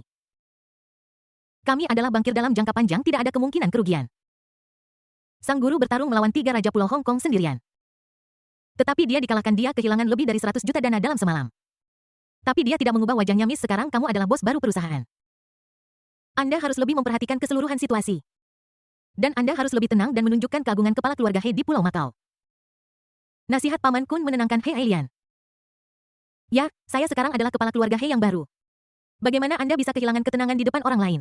Dia dengan cepat menyesuaikan pola pikirnya. Ketika saya tiba di aula, saya melihat sekelompok orang sedang menonton. He Ailian tidak bisa menahan diri untuk tidak. Paman Kun berteriak, Nona muda ada di sini. Mendengar suara itu, semua orang memberinya jalan. He Ailian berjalan ke meja kartu dengan ekspresi serius. Melihat gunungan chip, dia masih sedikit tidak nyaman. Apakah ini keripik yang dimenangkan pria ini? Berapa banyak yang dia menangkan? Wanita dealer itu gemetar seluruh tubuh dan tidak berani melihat langsung ke He Ailian. Bicaralah, He Ailian bertanya dengan suara rendah. Dealer itu menjawab dengan gemetar. Bos, ini taruhan yang dipasang oleh Tuan Qin Hehe, dia baru saja memenangkan 50 miliar. Apa? 50 miliar? He Ailian mengira ada yang salah dengan telinganya dan dia salah dengar. Katakan lagi berapa harganya? 550 bilion, bos. He Ailian yang berusia 60 tahun merasa bahwa semua yang ada di depan matanya tiba-tiba menjadi gelap. Pingsan. Paman Kun yang tadi begitu tenang. Saat ini, kakiku hampir tidak bisa berdiri dengan mantap. Namun, dia masih mengulurkan tangan untuk mendukung wanita mudanya pada saat seseorang datang dengan cepat. Segera personel keamanan dan staf medis yang mengikuti He Ailian mengepungnya. Dia diberi pertolongan pertama dan para penonton dievakuasi. Membersihkan area di sekitar meja kartu. Sun He Ailian terbangun. Namun kebanggaan seperti ratu di wajahnya sebagian besar telah menghilang. Paman Kundit, orang itu benar-benar memenangkan 50 miliar. Ini bukan penipuan kan? Benar. Paman Kun tampak khawatir dan berkata ruang pemantauan dan Departemen Audit Bacon telah memeriksa. Orang ini tidak curang. He Ailian menutup matanya dan setuju. Ini sudah abad ke-21. Di hotel miliknya sendiri, setiap sudut dilengkapi dengan peralatan kamera berteknologi tinggi. Tidak peduli sudut manapun atau instrumen kecurangan. Mereka akan terdeteksi di tempat. Adapun kolusi dengan dealer, itu bahkan lebih mustahil. Kecuali dealer ingin seluruh keluarganya dikubur bersamanya. He Ailian memaksa dirinya untuk berdiri. Itu adalah pertama kalinya dia menatap mata Qin Chuan. Terlalu muda, benar-benar terlalu muda. Dia merasa sulit untuk percaya bahwa pemuda berusia 20 tahun di depannya dapat memiliki bisnis keluarga yang begitu besar. Hari ini dia juga menghasilkan 50 miliar di tempatnya sendiri. Paman Kun, 50 miliar ini pasti akan menyakiti keluarga He saya. Paman Kun menunduk dan mengangguk. He Ailian menoleh dan menatap Qin Chuan. Dia berkata dengan tenang, "Tuan, bolehkah saya berbicara?" Qin Chuan meliriknya dan bertanya. "Siapa kamu?" He Ailian meletakkan tangannya di atas meja kartu dan berkata dengan satu-satunya harga dirinya. "Saya adalah bos keluarga He Ailian." "Oh, perlu meminta izinmu." "Aku sedang terburu-buru, lakukan saja secara..." "Berani sekali kamu. Apa kau tahu dengan siapa kau bicara?" Paman Kun maju selangkah dan berteriak marah. Puluhan pengawal di belakangnya mengepalkan tinju mereka. Paman Kun mengguncang tubuhnya dan berkata dengan serius, "Boy, jangan terlalu sombong. Apakah kamu tahu di mana kamu sekarang ini adalah Pulau Au, bukan pedalamanmu? Tidak peduli berapa banyak aset atau kekuatan yang Anda miliki di pedalaman. Tetapi selama Anda datang ke Pulau Au, Anda harus terlebih dahulu memberi penghormatan kepada dermaga keluarga He kami. Biarkan Qin Chuan datang untuk memberi hormat kepada saya. Apakah keluarga He pantas mendapatkannya?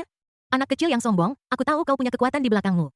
Tapi keluarga He kami bukanlah orang yang bisa didorong begitu saja. Di Pulau Au, keluarga He adalah raja." Mata Qin Chuan menjadi dingin. "Kau mengatakan begitu banyak omong kosong. Keluarga He ingin menghindari hutang ini." Paman Kun menyipitkan matanya dan menatap Qin Chuan dengan setengah tersenyum. "Anda datang ke rumah He saya untuk bermain kartu hari ini dan Anda berpura-pura menjadi babi dan memakan harimau tanpa mengucapkan sepatah kata pun. Bukankah itu terlalu kejam?" Selusin atau lebih pria berpakaian hitam di sekelilingnya tanpa sadar mengepung Qin Chuan. Qin Chuan mencibir, "Apa maksudmu bermain-main seperti babi untuk memakan harimau? Saya memenangkan uang dengan kemampuan saya sendiri, jadi mengapa tidak? Ini hanya 50 miliar. Aku tidak menyangka keluarga Hemu begitu tidak mampu untuk kalah." "Nak, tidak nyaman untuk berbicara di sini, ikutlah dengan kami." Paman Kun berkata dengan dingin. "Bagaimana jika aku tidak Paman Kun marah. Dia maju selangkah dan memegang bahu Qin Chuan. "Boy, jangan menolak bersulang dan minum denda." Paman Kun adalah orang kepercayaan He Xin dan telah mengikuti He Xin sejak dia masih kecil. Jadi dia secara alami memiliki beberapa kualitas luar. Dia berasal dari Fosi, yang merupakan tempat suci untuk seni bela diri di daratan. Ratusan tahun yang lalu, banyak sekolah bela diri membuka sekolah di sana untuk mengajarkan bela diri. Dia berlatih bela diri dan memiliki bakat alami untuk itu. Pada usia 18 tahun, dia pergi ke Australia sendirian dan mampu mengalahkan semua orang di pulau itu dengan tinju dan kakinya. Konon katanya dia menerima instruksi dari seorang ahli seni bela diri dan merupakan ahli seni bela diri papan atas. Kemudian Paman Kun diperhatikan oleh He Xin dan direkrut di bawah komandonya. "Saya telah mengikuti keluarga He sejak saya berusia 20 tahun. Dan sekarang sudah 50 tahun.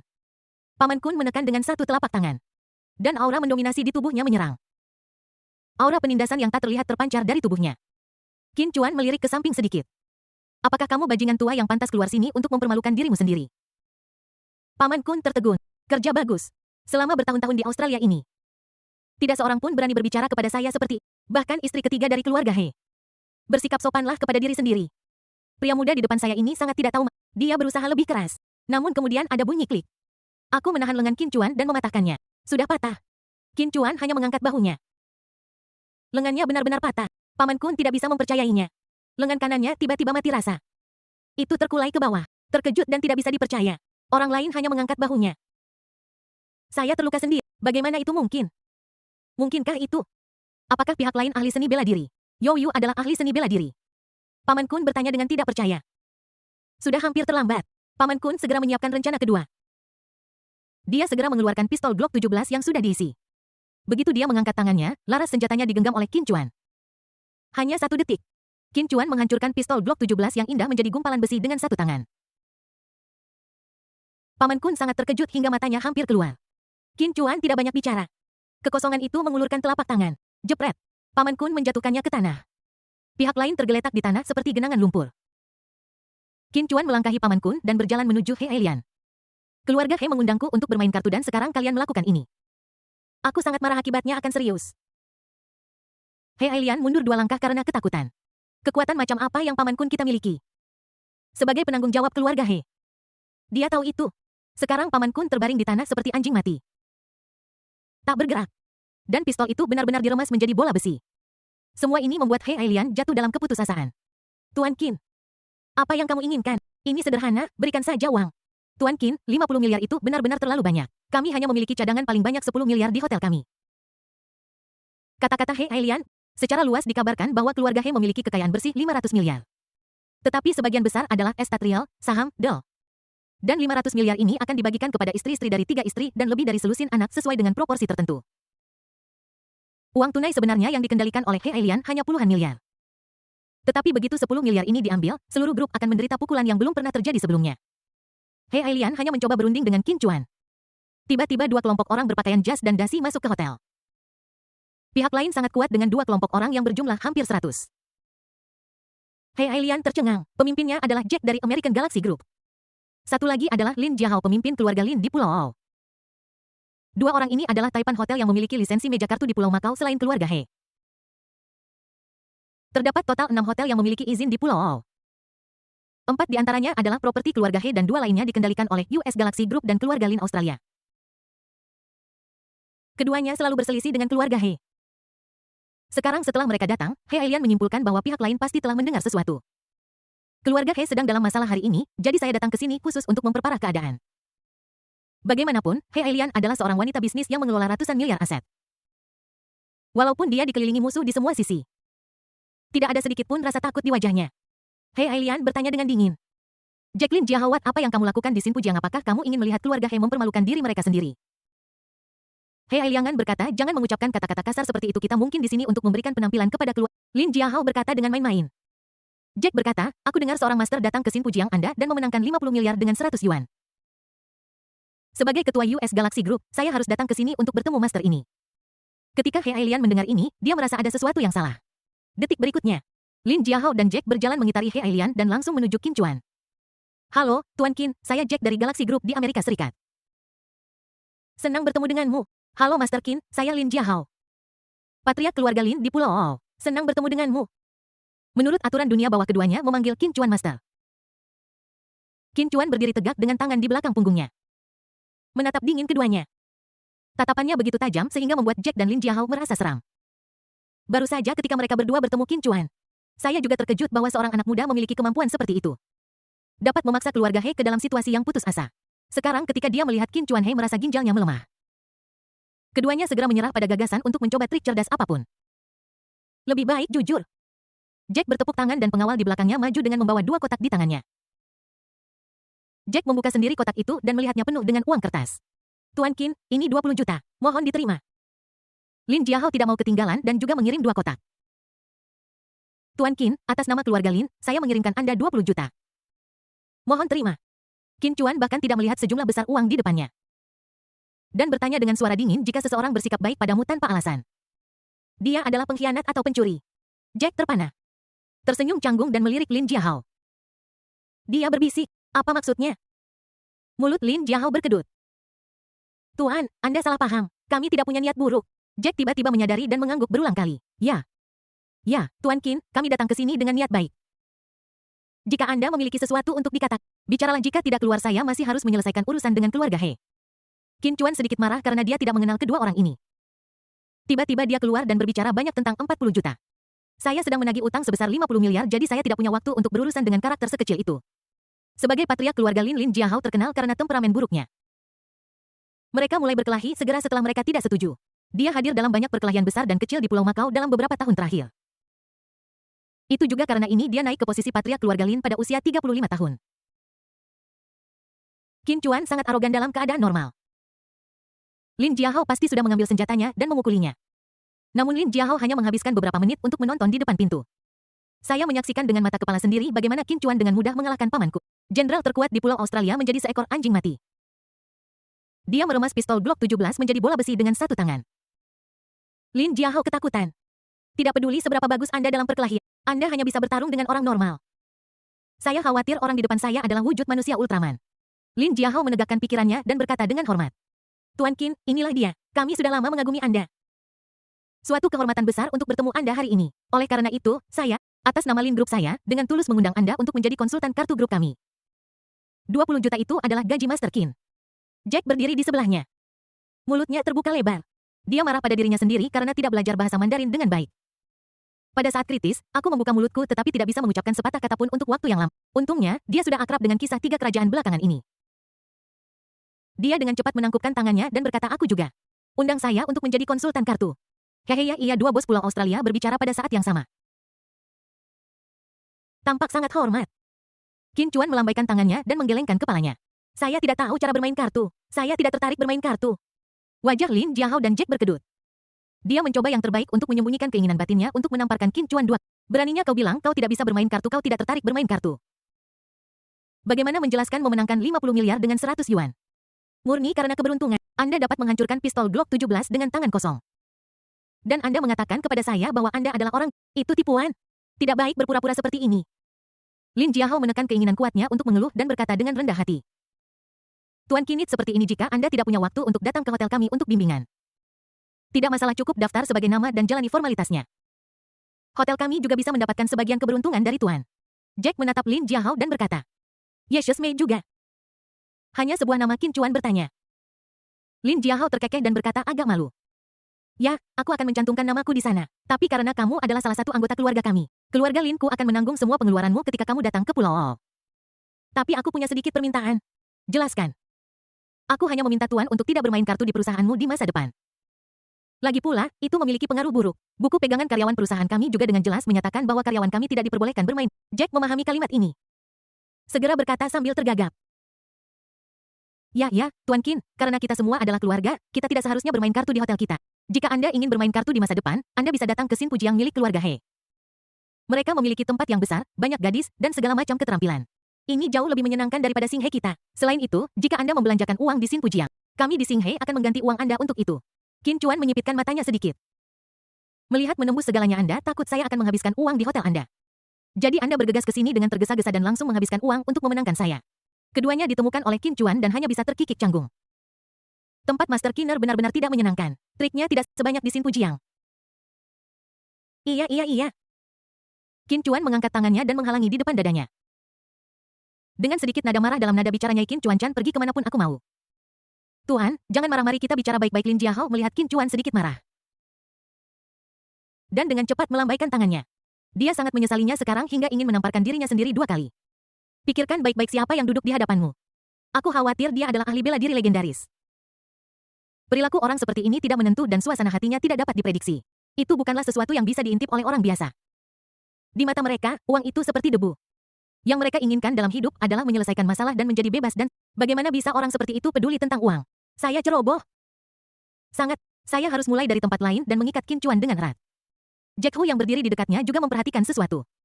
Dia sangat cemas sehingga dia menggaruk telinga dan pipinya. Tetapi karena perbedaan budaya, dia tidak bisa buang angin untuk waktu yang lama.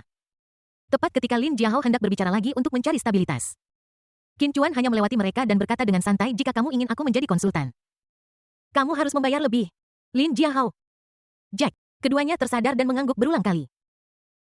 Sial, aku ketakutan setengah mati. Kamu seharusnya memberitahuku lebih awal. Ini hanya kenaikan biaya. Ini adalah praktik internasional lama. Tuan Qin, berapa banyak yang harus saya tambahkan? Lin Jiahao bertanya dengan hati-hati.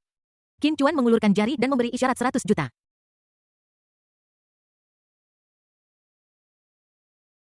Lin Jiahao buru-buru memegangi jari Qin Chuan, takut dia akan mengingkari janjinya dan menaikkan harga sementara. Tidak masalah Tuan Qin, keluarga Lin saya akan membayar gaji tahunan 100 juta yuan. Jack segera meraih jari telunjuk Qin Chuan yang lain dan berkata. Okok harga yang sangat bagus Tuan Qin. Dibandingkan dengan langsung habis oleh pihak lain. Pengeluaran tahunan sebesar 100 juta masih sepadan. Anggap saja itu sebagai pembayaran untuk kedamaian dan perlindungan. Lin Jiahao merasa sedikit ingin menangis tetapi tidak ada air mata.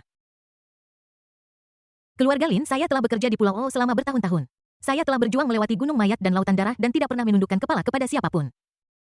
Bahkan keluarga He pada puncaknya tidak dapat memaksa keluarga Lin ke titik seperti itu. Keluarga Lin selalu menagih orang lain dan tidak pernah ditipu oleh siapapun. Tapi hari ini sudahlah 100 juta hanyalah biaya penerimaan normal. Qin Chuan dengan cepat menarik tangannya, ekspresinya tidak cerah. Dan dia berkata dengan serius, aku sedang berbicara tentang gaji bulanan. 100 juta. Gemuruh. Lin Jiahao merasa seolah-olah dia disambar petir.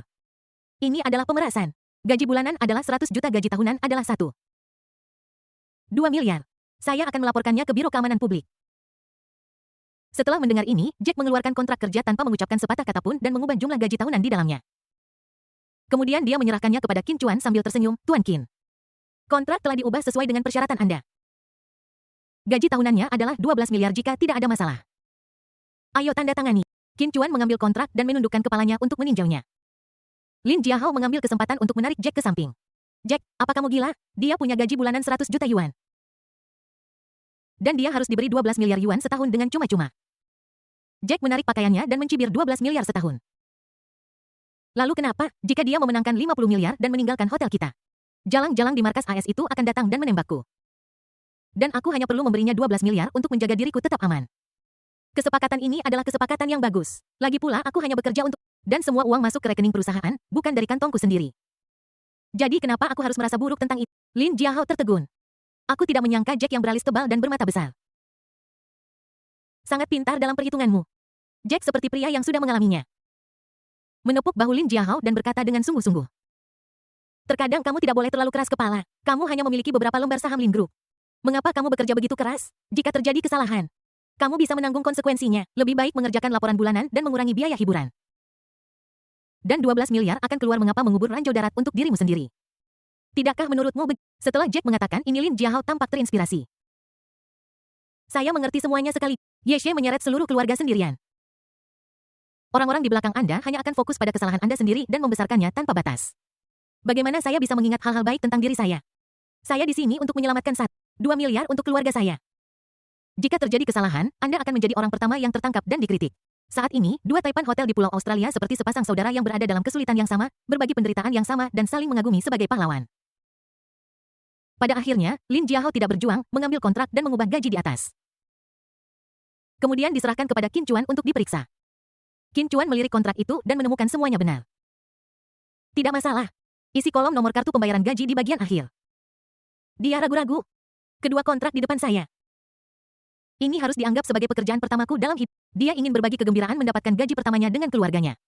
Jadi dia mengisi nomor kartu bank ibunya, Shenhua, di rekening pembayaran gaji grup Galaxy. Dia mengisi nomor rekening ayahnya, Qin Guoming, sebagai rekening pembayaran gaji grup Lin. Saya mentransfer 1 miliar yuan langsung ke 2 tetua itu sebelumnya.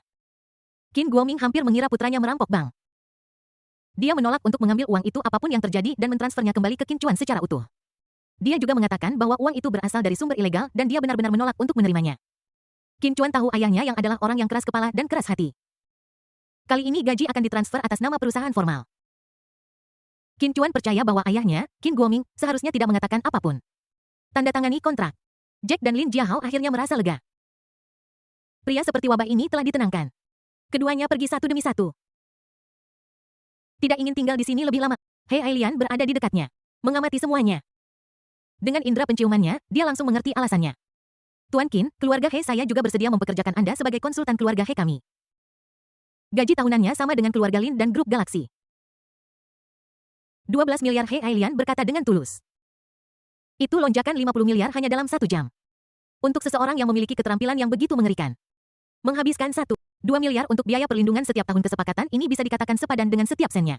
Qin Chuan sedikit menyipitkan matanya kamu keluarga He.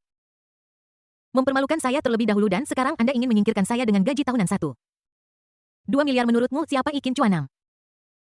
He Ailian bingung. Kapan dia pernah mempermalukanmu? Tuan Qin, kapan keluarga He saya pernah mempermalukanmu? He Ailian berkata dengan tidak adil. Qi Feng telah menindas Wang Chong di kapal pesiar saya. Saya memperlakukan Wang Chong seperti sahabat karib, seorang saudara, dan saya merasakan hal yang sama ketika dia dipermalukan. Qi Feng juga mengatakan bahwa dia mendapat dukungan dari keluarga He dan sama sekali tidak takut pada saya. Saya terikat oleh kekuatan keluarga He Anda sehingga saya hanya bisa datang ke rumah Anda untuk meminta penjelasan. Setelah mendengar ini He Ailian benar-benar tercengang. Saya mengeluh dengan marah di dalam pikiran saya. Sialan, ini karena kekuatan keluarga He saya. Ketika Anda mengalahkan paman saya Kun dari keluarga He sampai mati. Mengapa Anda tidak mengatakan bahwa itu karena kekuatan keluarga saya? Bahkan kerabat dan teman yang dicintai pun dipermalukan. Dan saudara laki-laki dan perempuan dihina. Jelas bahwa Anda hanya ingin membayar lebih. Tapi sekarang aku adalah domba dan yang satu-satunya pilihan adalah menyerah dan meminimalkan kerugian. Tuan Qin ini karena keluarga He saya tidak mendisiplinkan kami dengan benar. Qin Chuan mengangguk dan berkata, karena keluarga He Anda memiliki sikap positif sekarang. Biar ku berikan diskon 1 miliar yuan per bulan. Dan 10 miliar yuan per tahun. Gigi belakang He Ailian hampir patah setelah mendengar ini. Gaji tahunannya adalah 10 miliar dan itu dengan harga diskon. Kenapa kamu tidak merampok bangsa? Tapi He Ailian hanya bisa menelan kepahitannya dan menderita dalam diam. Dibandingkan dengan kehancuran seluruh keluarga He. 10 miliar masih bisa diperoleh dengan gigi terkatup. Tuan sangat baik, dia Ailian segera meminta seseorang untuk menyiapkan kontrak. Orang di depan saya suka menambah uang. Tanda tangani dengan cepat untuk menghindari komplikasi lebih lanjut. Dari 50 miliar hari ini, 10 miliar adalah yang Wang Chong. Sisa 40 miliar akan ditransfer kepadamu sebelum festival musim semi. He Ailian mengangguk berulang kali, tidak berani mengucapkan sepatah kata keluhan pun. Sun Qin Chuan menandatangani kontrak dan mengambil surat utang Wang Chong. Mereka yang menepati janji tidak tinggal untuk bermain kartu. He Ailian mengikutinya di sampingnya dan mengirim Qin Chuan keluar dari gerbang Xin Pujiang. Sebelum pergi, Qin Chuan mengeluarkan sebuah botol kecil dari lengannya dan meletakkannya di tangan He Ailian. Botol ini adalah esensi kehidupan. Anda bisa memberikannya kepada orang tua itu. Qin Chuan berkata dengan tenang. Esensi kehidupan He Ailian melihat botol kecil berisi cairan di tangannya dan bertanya dengan bingung. Itu bisa meregenerasi anggota tubuh orang tua itu terlihat berusia sekitar 70 tahun. Jika bukan karena sebotol esensi kehidupan ini, dia mungkin tidak akan selamat. Setelah mengatakan itu, Qin Chuan melambaikan tangannya dan pergi tanpa menoleh ke belakang. He Ailian memegang esensi kehidupan dengan bingung mendekati Paman Kun yang sekarat. Apa yang dikatakan Qin Chuan benar, Paman Kun sudah berusia 70 tahun.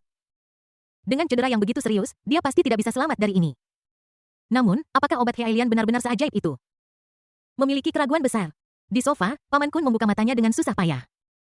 Nona saya tidak kompeten dan tidak dapat melindungi keluarga He. Saya khawatir saya harus mengikuti Tuan. Mata He Ailian berlinang air mata. Dia telah dirawat oleh Paman Kun selama ini. Dia memperlakukan Paman Kun seperti anggota keluarga sendiri. Saat ini, He Ailian tidak punya pilihan selain mencobanya. Dia membuka tutup botol dan menuangkan seluruh botol sari kehidupan ke dalam mulut Paman Kun. Paman Kunhu meminum esensi kehidupan dengan linglung. Tiba-tiba berkedut. Setelah beberapa saat, Paman Kun tiba-tiba membuka matanya. Seolah-olah dia melihat sekilas terakhir kehidupan sebelum Ini sangat menakutkan He Ailian. Kemudian Paman Kun duduk dengan cepat.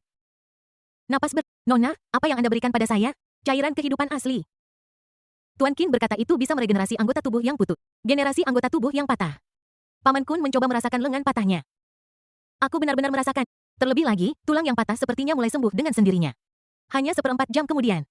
Kondisi fisik Paman Kun pulih. Saya melihat Paman Kun telah pulih seperti sedia kala dan bahkan lebih baik dari sebelumnya. He Ailian akhirnya merasa lega. Jadi dia memberitahu Paman Kun semua yang baru saja terjadi. Paman Kun menepuk pahanya dan berkata dengan emosi. Luar biasa, aku tidak menyangka Master Qin begitu kuat di usia yang begitu muda. Setelah He Ailian menghela napas lega. Dia teringat gaji tahunannya sebesar 10 miliar. Agak menyakitkan. Paman Kun melihat apa yang dipikirkan nona mudanya dan berkata dengan sungguh-sungguh. Nona muda, Anda hanya bisa berteman dengan seseorang seperti Tuan Qin yang memiliki kemampuan hebat. Bukan musuh, 10 miliar setahun tidak mahal agar keluarga He aman dan bahagia. Sayang sekali jika Anda ingin menyalahkan seseorang, salahkan orang tua yang jahat. Karena mulutku yang kotor. Paman Kun, Anda juga melakukan ini demi kebaikan keluarga He kita. Sayang, Paman Kun menghela nafas dan tiba-tiba matanya terpaku. Keluarga Misour He harus memahami masalah ini. Paman Kun, apa maksudmu? Bajingan Qi itu telah menyinggung Guru Qin. Dan dia tahu kemampuan luar biasa Guru Qin. Dia bahkan berani membawanya ke pulau. Ini jelas menggunakan keluarga He kita sebagai bidak catur. He Ailian kembali sadar. Ya, dalangnya adalah Qi Feng. Jika bukan karena keluarga He tidak akan menderita bencana ini hari ini. Jadi He Ailian dengan cepat meminta seseorang untuk mencari Qi Feng. Namun, orang-orang yang dikirim tidak melihat Qi Feng untuk waktu yang lama. Paman Kun berteriak dengan marah, Qi Feng si idiot itu pasti melihat Master Qin memenangkan 50 miliar dan takut akan dibalas. Jadi dia melarikan diri pada kesempatan pertama. Saat ini, He Ailian sudah mengatasi rasa takut didominasi oleh Qin Chuan. Dia memulihkan keagungan kepala keluarga He saat ini di Aodou. Kepala Xin Pujiang dan patriark keluarga 500 miliar. Beritahu semua orang untuk melarang keluarga Qi. Keluarga Miss De Qi telah melakukan ini selama bertahun-tahun. Paman Kun ingin mengucapkan beberapa patah kata untuk membela keluarga Qi. Tetapi dibalas dengan tatapan tajam oleh He Ailian. Paman Kun, keluarga Qi hanyalah anjing dari keluarga He saya. Ketika anjing ini menggigit kembali majikannya, ia tidak bisa Keluarga He saya memiliki banyak anjing. Jika yang ini hilang, kita bisa menggantinya dengan yang lain. Juga, dia menyinggung Tuan Qin. Hanya karena alasan ini, He Ailian tidak bisa membiarkan Tuan Qin terlalu banyak berpikir di masa depan. Paman Kun mendengar ini dan tidak berkata apa-apa lagi. Pulau Ou. Di depan gerbang landmark. Qin Chuan duduk di tangga batu. Menunggu Wang Chong. Qin Chuan tidak merasa menyesal memberikan botol terakhir dari esensi kehidupan. Sejak mencapai level 5, Anda tidak akan lagi turun peringkat saat memurnikan esensi kehidupan. Setiap kali Qin Chuan mengekstrak sebotol esensi kehidupan primer. Itu sangat membantu. Hanya membutuhkan 5 poin pengalaman. 25 poin pengalaman yang didapatkan dari membunuh Xiao Wannian cukup untuk memurnikan 5 botol esensi kehidupan. 3 tuan muda Seng Mei dan Diao dari kota ajaib tidak memiliki poin pengalaman di atas kepala mereka. Membuktikan bahwa mereka bukan mata-mata atau orang jahat. Menghabiskan 3 botol esensi kehidupan untuk memenangkan hati orang adalah kesepakatan yang berharga. Paman Kun dari keluarga He di Pulau Ou. Dia adalah pria berusia 70 tahun dengan temperamen buruk. Tetapi dia tidak memiliki poin pengalaman di kepalanya. Ajari dia pelajaran. Biarkan dia tahu betapa kuatnya dia dan omong-omong, minta keluarga He untuk kenaikan gaji. Kesepakatan ini bukan kerugian. Untuk keluarga Qi, Qin Chuan mengetahuinya bahkan tanpa memikirkannya. Keluarga He sekarang ingin menguliti mereka hidup-hidup. Kali ini aku datang ke Pulau Australia. Saya hanya ingin menyelesaikan urusan dengan Wang Chongping. Tanpa diduga pada akhirnya dia menghasilkan 50 miliar yuan ditambah gaji tahunan sebesar 4 miliar yuan. Qin Chuan cukup puas dengan gaji pekerjaan pertamanya dalam hidup. Pekerjaan ini tidak memerlukan 996. Anda tidak perlu khawatir tentang wajah atasan Anda. Dan bahkan orang-orang takut kamu datang untuk bekerja di perusahaan. Tiba-tiba sebuah antarmuka perintah sistem muncul di depannya. Selamat kepada penantang. Selesaikan misi sampingan. Pekerjaan pertama. Hadiah misi 61 lembar saham perusahaan Dinis. Qin Chuan sedikit terkejut ketika dia melihat hadiah di depannya. Dia tahu tentang Disney. Dapat dikatakan bahwa perusahaan ini adalah perusahaan media dan hiburan paling berpengaruh di dunia saat ini. Awalnya adalah perusahaan animasi kartun dan sekarang memiliki studio animasi paling terkenal di dunia. Setelah itu, dia dengan giat mengembangkan industri film live action. Memiliki banyak perusahaan produksi dan memproduksi film-film klasik yang tak terhitung jumlahnya. Ini juga termasuk Manway Pictures, pemimpin dari serial pahlawan super Amerika yang sedang populer saat ini. Disney tidak hanya bergerak di bisnis film dan televisi, tetapi juga di bisnis taman hiburan offline. Disneyland adalah taman hiburan yang ingin dikunjungi banyak orang dewasa dan anak-anak. Dengan skala yang sangat besar, Disney berada di peringkat ke-19 di antara Fortune 500. Total nilai pasar telah mencapai 170 miliar dolar AS yang mencengangkan. Qin Chuan melakukan perhitungan sederhana dan menemukan bahwa nilai 61 saham yang saat ini ia miliki adalah lebih dari 100 miliar midal. Untuk perusahaan bernilai ratusan miliar, hadiah ini tampak cukup bagus. Qin Chuan mengangguk dengan puas. Nilai pasar perusahaan bukanlah hal yang paling dipedulikan Qin Chuan. Yang membuatnya senang adalah perusahaannya sendiri. Sebagai perusahaan hiburan tradisional yang penting di Amerika Serikat. Output 3 perspektif Disney dapat dikatakan telah memengaruhi separuh planet. Mengapa pahlawan super Amerika dalam film begitu berlebihan? Tentara Amerika membom dunia seperti orang gila. Tetapi hanya sedikit orang yang mengkritik mereka. Naskahnya dibesar-besarkan dan tidak sesuai dengan kenyataan. Yang jarang dikritik. Di Cina film Wolf Warrior membuat banyak orang menghancurkan pertahanan mereka. Jika ini bukan standar ganda yang lengkap lalu apa itu? Intinya adalah perusahaan hiburan tradisional inilah yang menjadi kekuatan di baliknya. Sepertinya sudah waktunya membiarkan orang barat ini merasakan nilai-nilai inti Tiongkok. Qin Chuan berfantasi dengan serius. Bertahun-tahun kemudian, saya sedang berjalan di jalanan Amerika Serikat. Anak-anak Amerika tidak lagi mengenakan seragam berbagai pahlawan. Sebaliknya, dia mengenakan kipas buluhan Fua dan syal. Sambil mengobrol dan tertawa, mereka berbicara tentang membuat eliksir atau berlatih Taoisme dan mengembangkan ki mereka. Adegan ini sangat menarik. Proses menunggu Wang Chong memakan waktu cukup lama. Qin Chuan sedang berpikir untuk berkeliling dan membeli beberapa souvenir untuk diberikan kepada orang-orang ketika dia kembali. Pulau Ou bukanlah tempat yang besar, jadi souvenir yang bisa kamu bawa terbatas. Qin Chuan membeli beberapa kotak kue tart telur khas lokal. Egg roll dan kue almond. Melihat kue-kue di tangannya, Qin Chuan tidak bisa menahan diri untuk berpikir, aku tidak tahu apakah aku menghasilkan puluhan miliar dan hanya membawa kembali beberapa kotak kue. Akankah orang-orang itu mengatakan aku telah... 1 jam kemudian, Wang Chong datang berlari sendirian. Ada sedikit kegelisahan di wajahnya. Di mana saja kamu? Qin Chuan bertanya. Wang Chong menggaruk kepalanya dan berkata, saudara, menurutku 10 miliar adalah masalah yang terlalu besar untuk kau tanggung. Jadi aku menelepon ayahku, dia memarahiku selama 2 jam. Kemudian dia berdiskusi denganku industri mana yang bisa kita cairkan untuk menutupi lubang itu. Kamu tahu, kita seharusnya tidak berutang uang kepada Aldo jika kita bisa. Saya sudah membayar 10 miliar yang kamu utangkan kepada Qin Chuan, kata dengan santai. Baiklah, saudaraku, saya berencana untuk menjual saham saya di Wanda Film dan Televisi seharga 10 miliar. Wang Chong tidak langsung bereaksi dan terus berbicara sendiri. Tiba-tiba dia membeku. Hah, apa, kakak, apa yang kau katakan? 10 miliar, aku akan menyeimbangkannya untukmu. Ayo kembali ke Kyoto sekarang. Kamu bayar tiket pesawat dan kamu bayar perbaikan eklisku. Qin Chuan mengulangi bahwa karena dia telah menyelesaikan rekening Wang Chong sebesar 10 miliar yuan. Sudah sepantasnya dia membayar sejumlah uang. Wang Chong bingung. Apa-apaan, ini baru sebentar dan akunnya sudah diselesaikan. Dia menatap Qin Chuan dengan mata kosong. Melihat ini, Qin Chuan memberitahu Wang Chong apa yang baru saja terjadi. Setelah mendengar bahwa 100 yuan memenangkan 50 miliar. Wang Chong tercengang dan bingung. Apakah ini sesuatu yang bisa dilakukan manusia di bumi? Melihat wajah serius Qin Chuan, Wang Chong tidak berani bertanya. Segera setelah itu Qin Chuan dengan santai mengeluarkan IOU sebesar 10 miliar dari saku celananya. Heretek dan perhatikan baik-baik untuk melihat apakah itu daftar yang Anda miliki. Wang Chong mengambil tagihan itu dan membacanya dengan cermat. Setelah beberapa bulan, saya melihat IOU bernilai miliaran dolar ini lagi. Wang Chong tidak bisa menahan diri untuk tidak berkeringat dingin. Saya terpesona oleh roh jahat pada saat itu. Bagaimana dia bisa melakukan hal seperti, betul sekali ini milikku. Sebelum Wang Chong selesai berbicara, Qin Chuan merobek surat utang itu di tempat. Saudara Wang Chong memandang Qin Chuan dengan tidak percaya. Ini adalah surat utang untuk 10 miliar. Sobek saja jika Anda bilang begitu. Rasanya seperti menyobek 10 miliar yuan.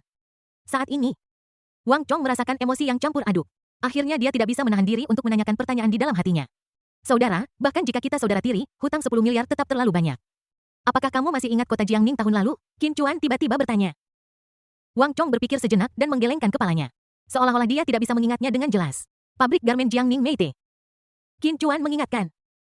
Pada titik ini Wang Chong mengangguk. Dia ingat saya sepertinya memiliki kesan bahwa tahun lalu Wanda Group pergi ke kota Jiangning untuk menyelidiki investasi. Mereka pergi ke pabrik ini pada waktu itu pabrik ini dulunya adalah pabrik milik negara. Tetapi kemudian diprivatisasi namun kinerja pabrik sangat buruk. Dan pada dasarnya beroperasi dengan merugi. Qin Chuan meletakkan tangannya di belakang punggung dan berkata terus terang. Ada sekitar 300 orang di pabrik garmen Meite. Setengah dari mereka adalah penyandang disabilitas dan banyak dari mereka adalah pekerja yang dipekerjakan kembali yang diberhentikan tahun itu. Saudaraku, apa maksudmu dengan ini? Wang Chong sedikit bingung. Kaulah yang membujuk ayahmu untuk membeli pabrik itu. Wang Chong mengangguk. Memang demikian adanya. Ketika saya baru kembali, saya mengikuti ayah saya ke Jiangning untuk menyelidiki lingkungan investasi. Saya dibawa ke pabrik garmen Meite oleh pemimpin daerah. Namun ketika Wang Lin melihat pabrik yang bobrok dan sekelompok pekerja, Wang Lin sebenarnya tidak punya niat untuk mengakuisisi perusahaan itu. Karena sepertinya pabrik ini sama sekali tidak mungkin menghasilkan uang. Terlebih lagi, lokasinya relatif terpencil dan tanahnya sama sekali tidak berharga. Ayah saya tidak ingin membeli pabrik pada waktu itu. Dia pikir itu adalah beban tapi saya merasa jika pabrik itu tidak diakuisisi oleh Wanda, itu pasti tidak akan bertahan melewati festival musim semi tahun berikutnya. Jadi saya mendorong ayah saya untuk membelinya. Wanda tidak akan mengeluarkan banyak biaya untuk merawat pabrik. Tetapi itu bisa menghidupi banyak keluarga. Qin Chuan menyerahkan sebuah hektar dan berkata, terkadang takdir adalah sebuah siklus. Ketika Wanda mengakuisisi pabrik itu dapat membayar 3 bulan gaji yang belum dibayar. Keluarga Qin menerima gaji yang belum dibayar dan dapat mengizinkan Qin Chuan untuk kuliah di universitas di Kyoto. Wang Chong sedang makan kue telur dan tidak mengerti apa yang dimaksud Qin Chuan. Qin Chuan menggigit kue tart telur dan cairan telur harum dalam kue tart telur yang masih panas memenuhi seluruh mulutnya. Penuh dengan rasa susu, makanan manis berkalori tinggi selalu membuat orang bahagia. Hanya kali ini saja, jika aku tahu kamu datang bermain kartu lain kali, aku sendiri yang akan mematahkan kakimu. Wang Chong sangat ketakutan hingga dia gemetar ketika mendengar ini. Dia mengangguk cepat dan berkata, aku tidak berani, aku tidak berani. Ada banyak hal yang bisa dilakukan dengan 10 miliar yuan. Kenapa membuangnya di sini? Setelah mengobrol, mereka berdua berjalan-jalan di sekitar pemandangan Pulau Ao untuk sementara waktu. Wang Chong memesan penerbangan ke Kyoto. Gedung Magic City Sengshi Group. Kantor ketua. Rumah itu telah didekorasi seperti aula perkabungan. Foto hitam putih Seng Xiaohui tergantung di dinding. Di bawah foto hitam putih itu terdapat tumpukan susu Wang Zai. Seng Rong berjalan bola-balik di rumah seperti zombie. Dia mengambil sebotol susu Wang Zai dan berjalan ke potret itu. Dia bergumam putus asa pada potret itu. Xiaohui, drink up. Minumlah sebanyak yang Anda bisa. Ayah tahu kamu suka minum ini. Jadi saya membelinya untukmu setelah kamu selesai meminumnya. Aku akan membelikanmu lagi asalkan kamu kenyang. Kenapa kamu begitu bodoh? Kenapa kamu pergi ke pesta tanpa alasan? Kemarin, Seng Rong menerima telepon dari Qi Feng. Dia jatuh ke dalam kesedihan. Semalam rambut hitam tebal Seng Rong berubah menjadi sebagian besar putih. Sebagai kepala keluarga Seng, salah satu dari 8 keluarga besar, Seng Rong mengendalikan setengah dari sumber daya industri hiburan. Dia telah membuat sutradara dan aktor yang tak terhitung jumlahnya menjadi dalam industri hiburan Tiongkok, keluarga Seng adalah kekuatan yang sangat dihormati. Grup Sengshi bahkan menjadi perusahaan hiburan pertama yang terdaftar di pasar saham Cina. Tetapi bahkan jika itu adalah grup besar dengan nilai pasar hampir 10 miliar. Seng Rong mencapai usia 50 ketika dia sudah mencapai usia untuk mengetahui takdir. Satu-satunya harapan untuk sisa hidupnya terletak pada Seng Xiaohui. Seng Rong selalu sangat menyayangi putranya, Seng Xiaohui, dan memberikan perhatian khusus kepadanya. Seng Rong tidak pernah menyangka bahwa dia akan meninggal sebelum kekasihnya. Sekarang sudah terlambat. Qin Chuan Seng Rong mengertakkan gigi dan berkata, "Aku ingin seluruh keluargamu dikubur bersamamu." Bum bum bum. Seseorang mengetuk pintu kantor ketua. Seorang pria berseragam hitam berlari masuk bos Little.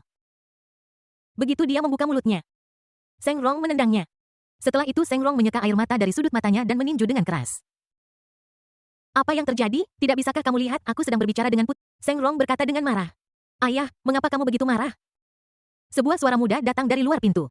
"Anakku meninggal." Bagaimana aku tidak marah? Seng Rong mengambil stik golf dan bersiap untuk keluar dan memukuli seseorang. Namun di tengah jalan dia membeku. Suara tadi begitu familiar. Seng Xiaohui berjalan ke kantor dengan tidak stabil. Seolah-olah dia tidak mengenali siapapun. Dia dengan santai mengambil sebotol susu Wang Zai. Membukanya dan menyesapnya. "Ayahku sudah berkali-kali mengatakan padamu bahwa susu Wang Zai rasanya lebih enak saat dingin. Kamu belum melahirkan bayi, jadi tidak baik minum minuman dingin." Seng Rong berkata tanpa sadar kata-kata yang sering dia katakan untuk mendidik putranya.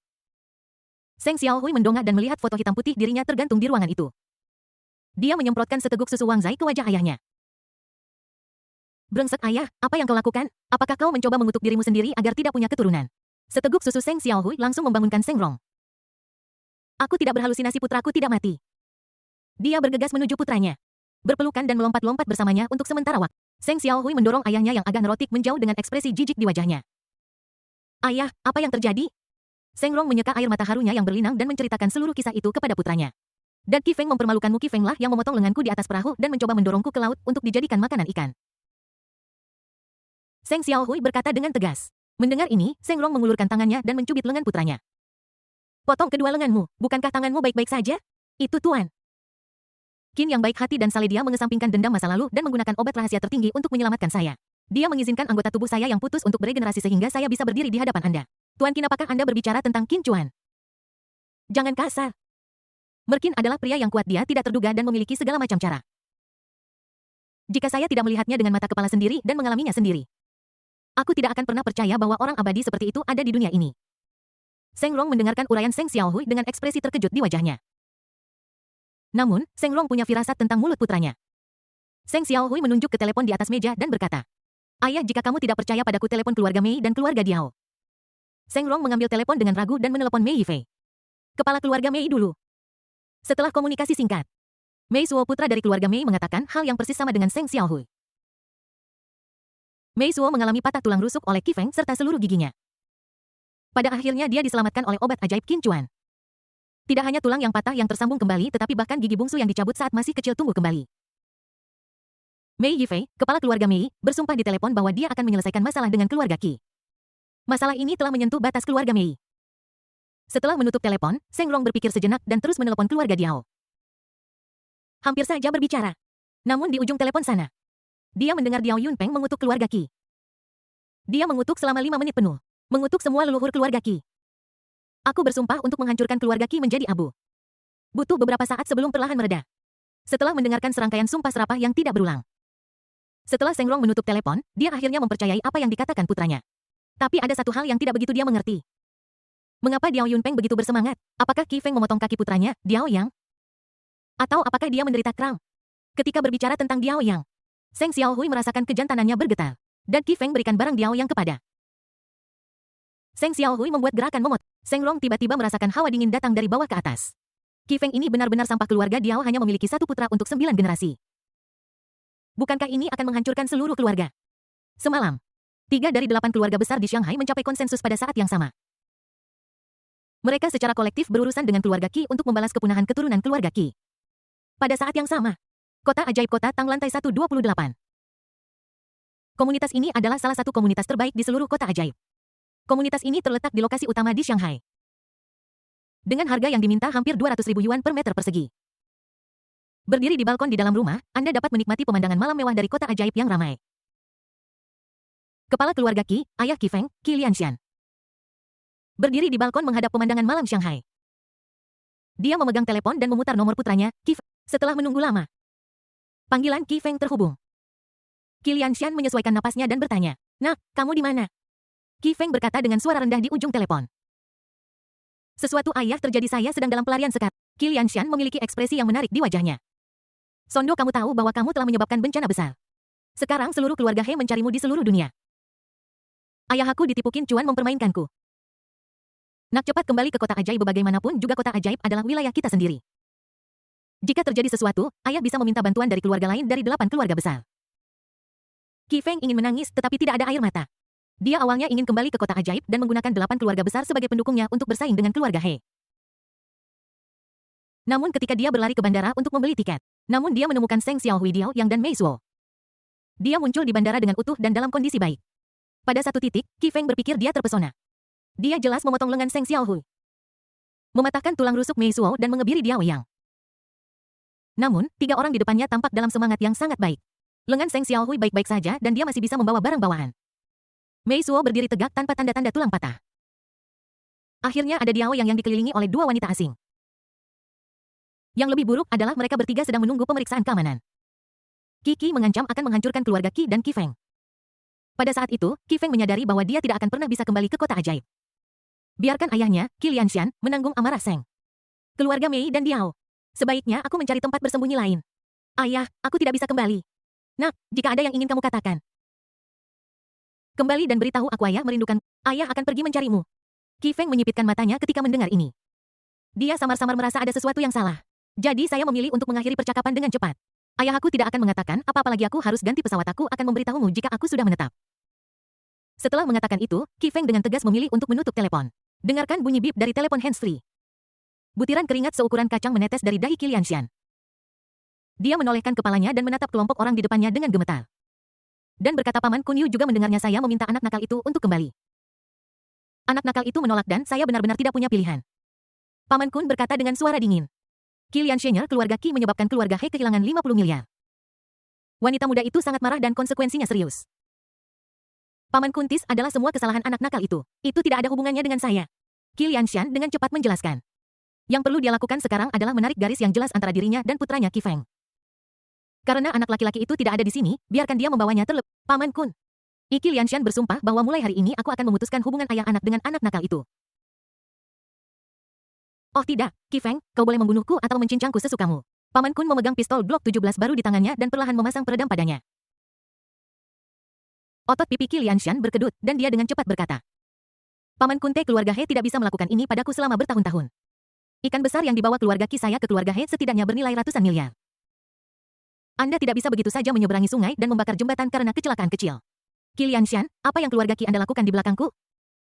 Apakah Anda pikir wanita tertua tidak tahu? Apakah Anda ingin saya memberitahu Anda tentang kolusi Anda dengan grup Galaksi AS dan keluarga Lin? Qi Lianshan tidak begitu takut setelah mendengar ini. Paman Kun, semua orang telah jatuh, tidak ada yang bisa saya lakukan untuk berpura-pura. Ya, keluarga Qi saya adalah taruhan 3 arah, jadi kenapa keluarga He Anda hanya memberi saya beberapa poin komisi? Dan berapa banyak poin yang diberikan orang lain kepada saya? Orang pergi ke tempat tinggi.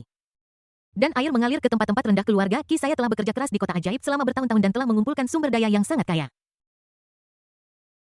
Sumber daya ini bernilai hampir 1 triliun. Saat dia berbicara, Qi Lianshan mengeluarkan ponselnya dan menggoyangkannya ke arah Paman Kun.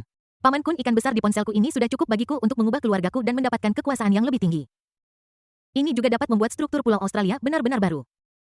Saat dia berbicara, Qi Lianshan mengangkat tangan kanannya. Titik-titik merah keluar dari segala arah. Ini adalah laser pembidik senapan sniper. Orang-orang seperti saya tidak bisa. Bahkan jika saya ingin mati, grup Galaksi AS dan keluarga Lin akan membantu saya. Qi Lianshan berkata dengan percaya diri. Namun sedetik berikutnya, dia terkejut saat mengetahui. Titik-titik merah ini tidak ditujukan pada Paman Kun. Tetapi semua terkonsentrasi pada dirinya sendiri. Apa yang terjadi? Qi Lianshan bertanya dengan ngeri. Paman Kun mendengus dingin. Keluarga Qi Anda telah menyinggung Guru Qin. Apakah Anda pikir grup Galaksi AS dan keluarga Lin akan melindungi Anda? Guru Qin yang mana? Saya tidak kenal Guru Qin. Ini semua salah bajingan itu. Ini tidak ada hubungannya denganku. Qi Lianshan memang seorang gangster. Dia mengubah ekspresinya dan memohon ampun dengan sangat cepat. Sialan, aku sangat tidak beruntung memiliki anak seperti itu. Seorang pria parubaya dengan rambut disisir ke belakang yang di belah tengah berjalan keluar dari belakang Paman Kun. Dengan senyum sombong di wajahnya, dia berkata, Qi Lianshan. Keluarga Qi Anda ditakdirkan itu saatnya untuk mengubah pemimpin 8 keluarga besar di kota ajaib. Qi Lianshan melihatnya dengan cermat dan berkata dengan marah. Sen Kuo, hebat ternyata keluarga Sen Anda yang berada di balik ini.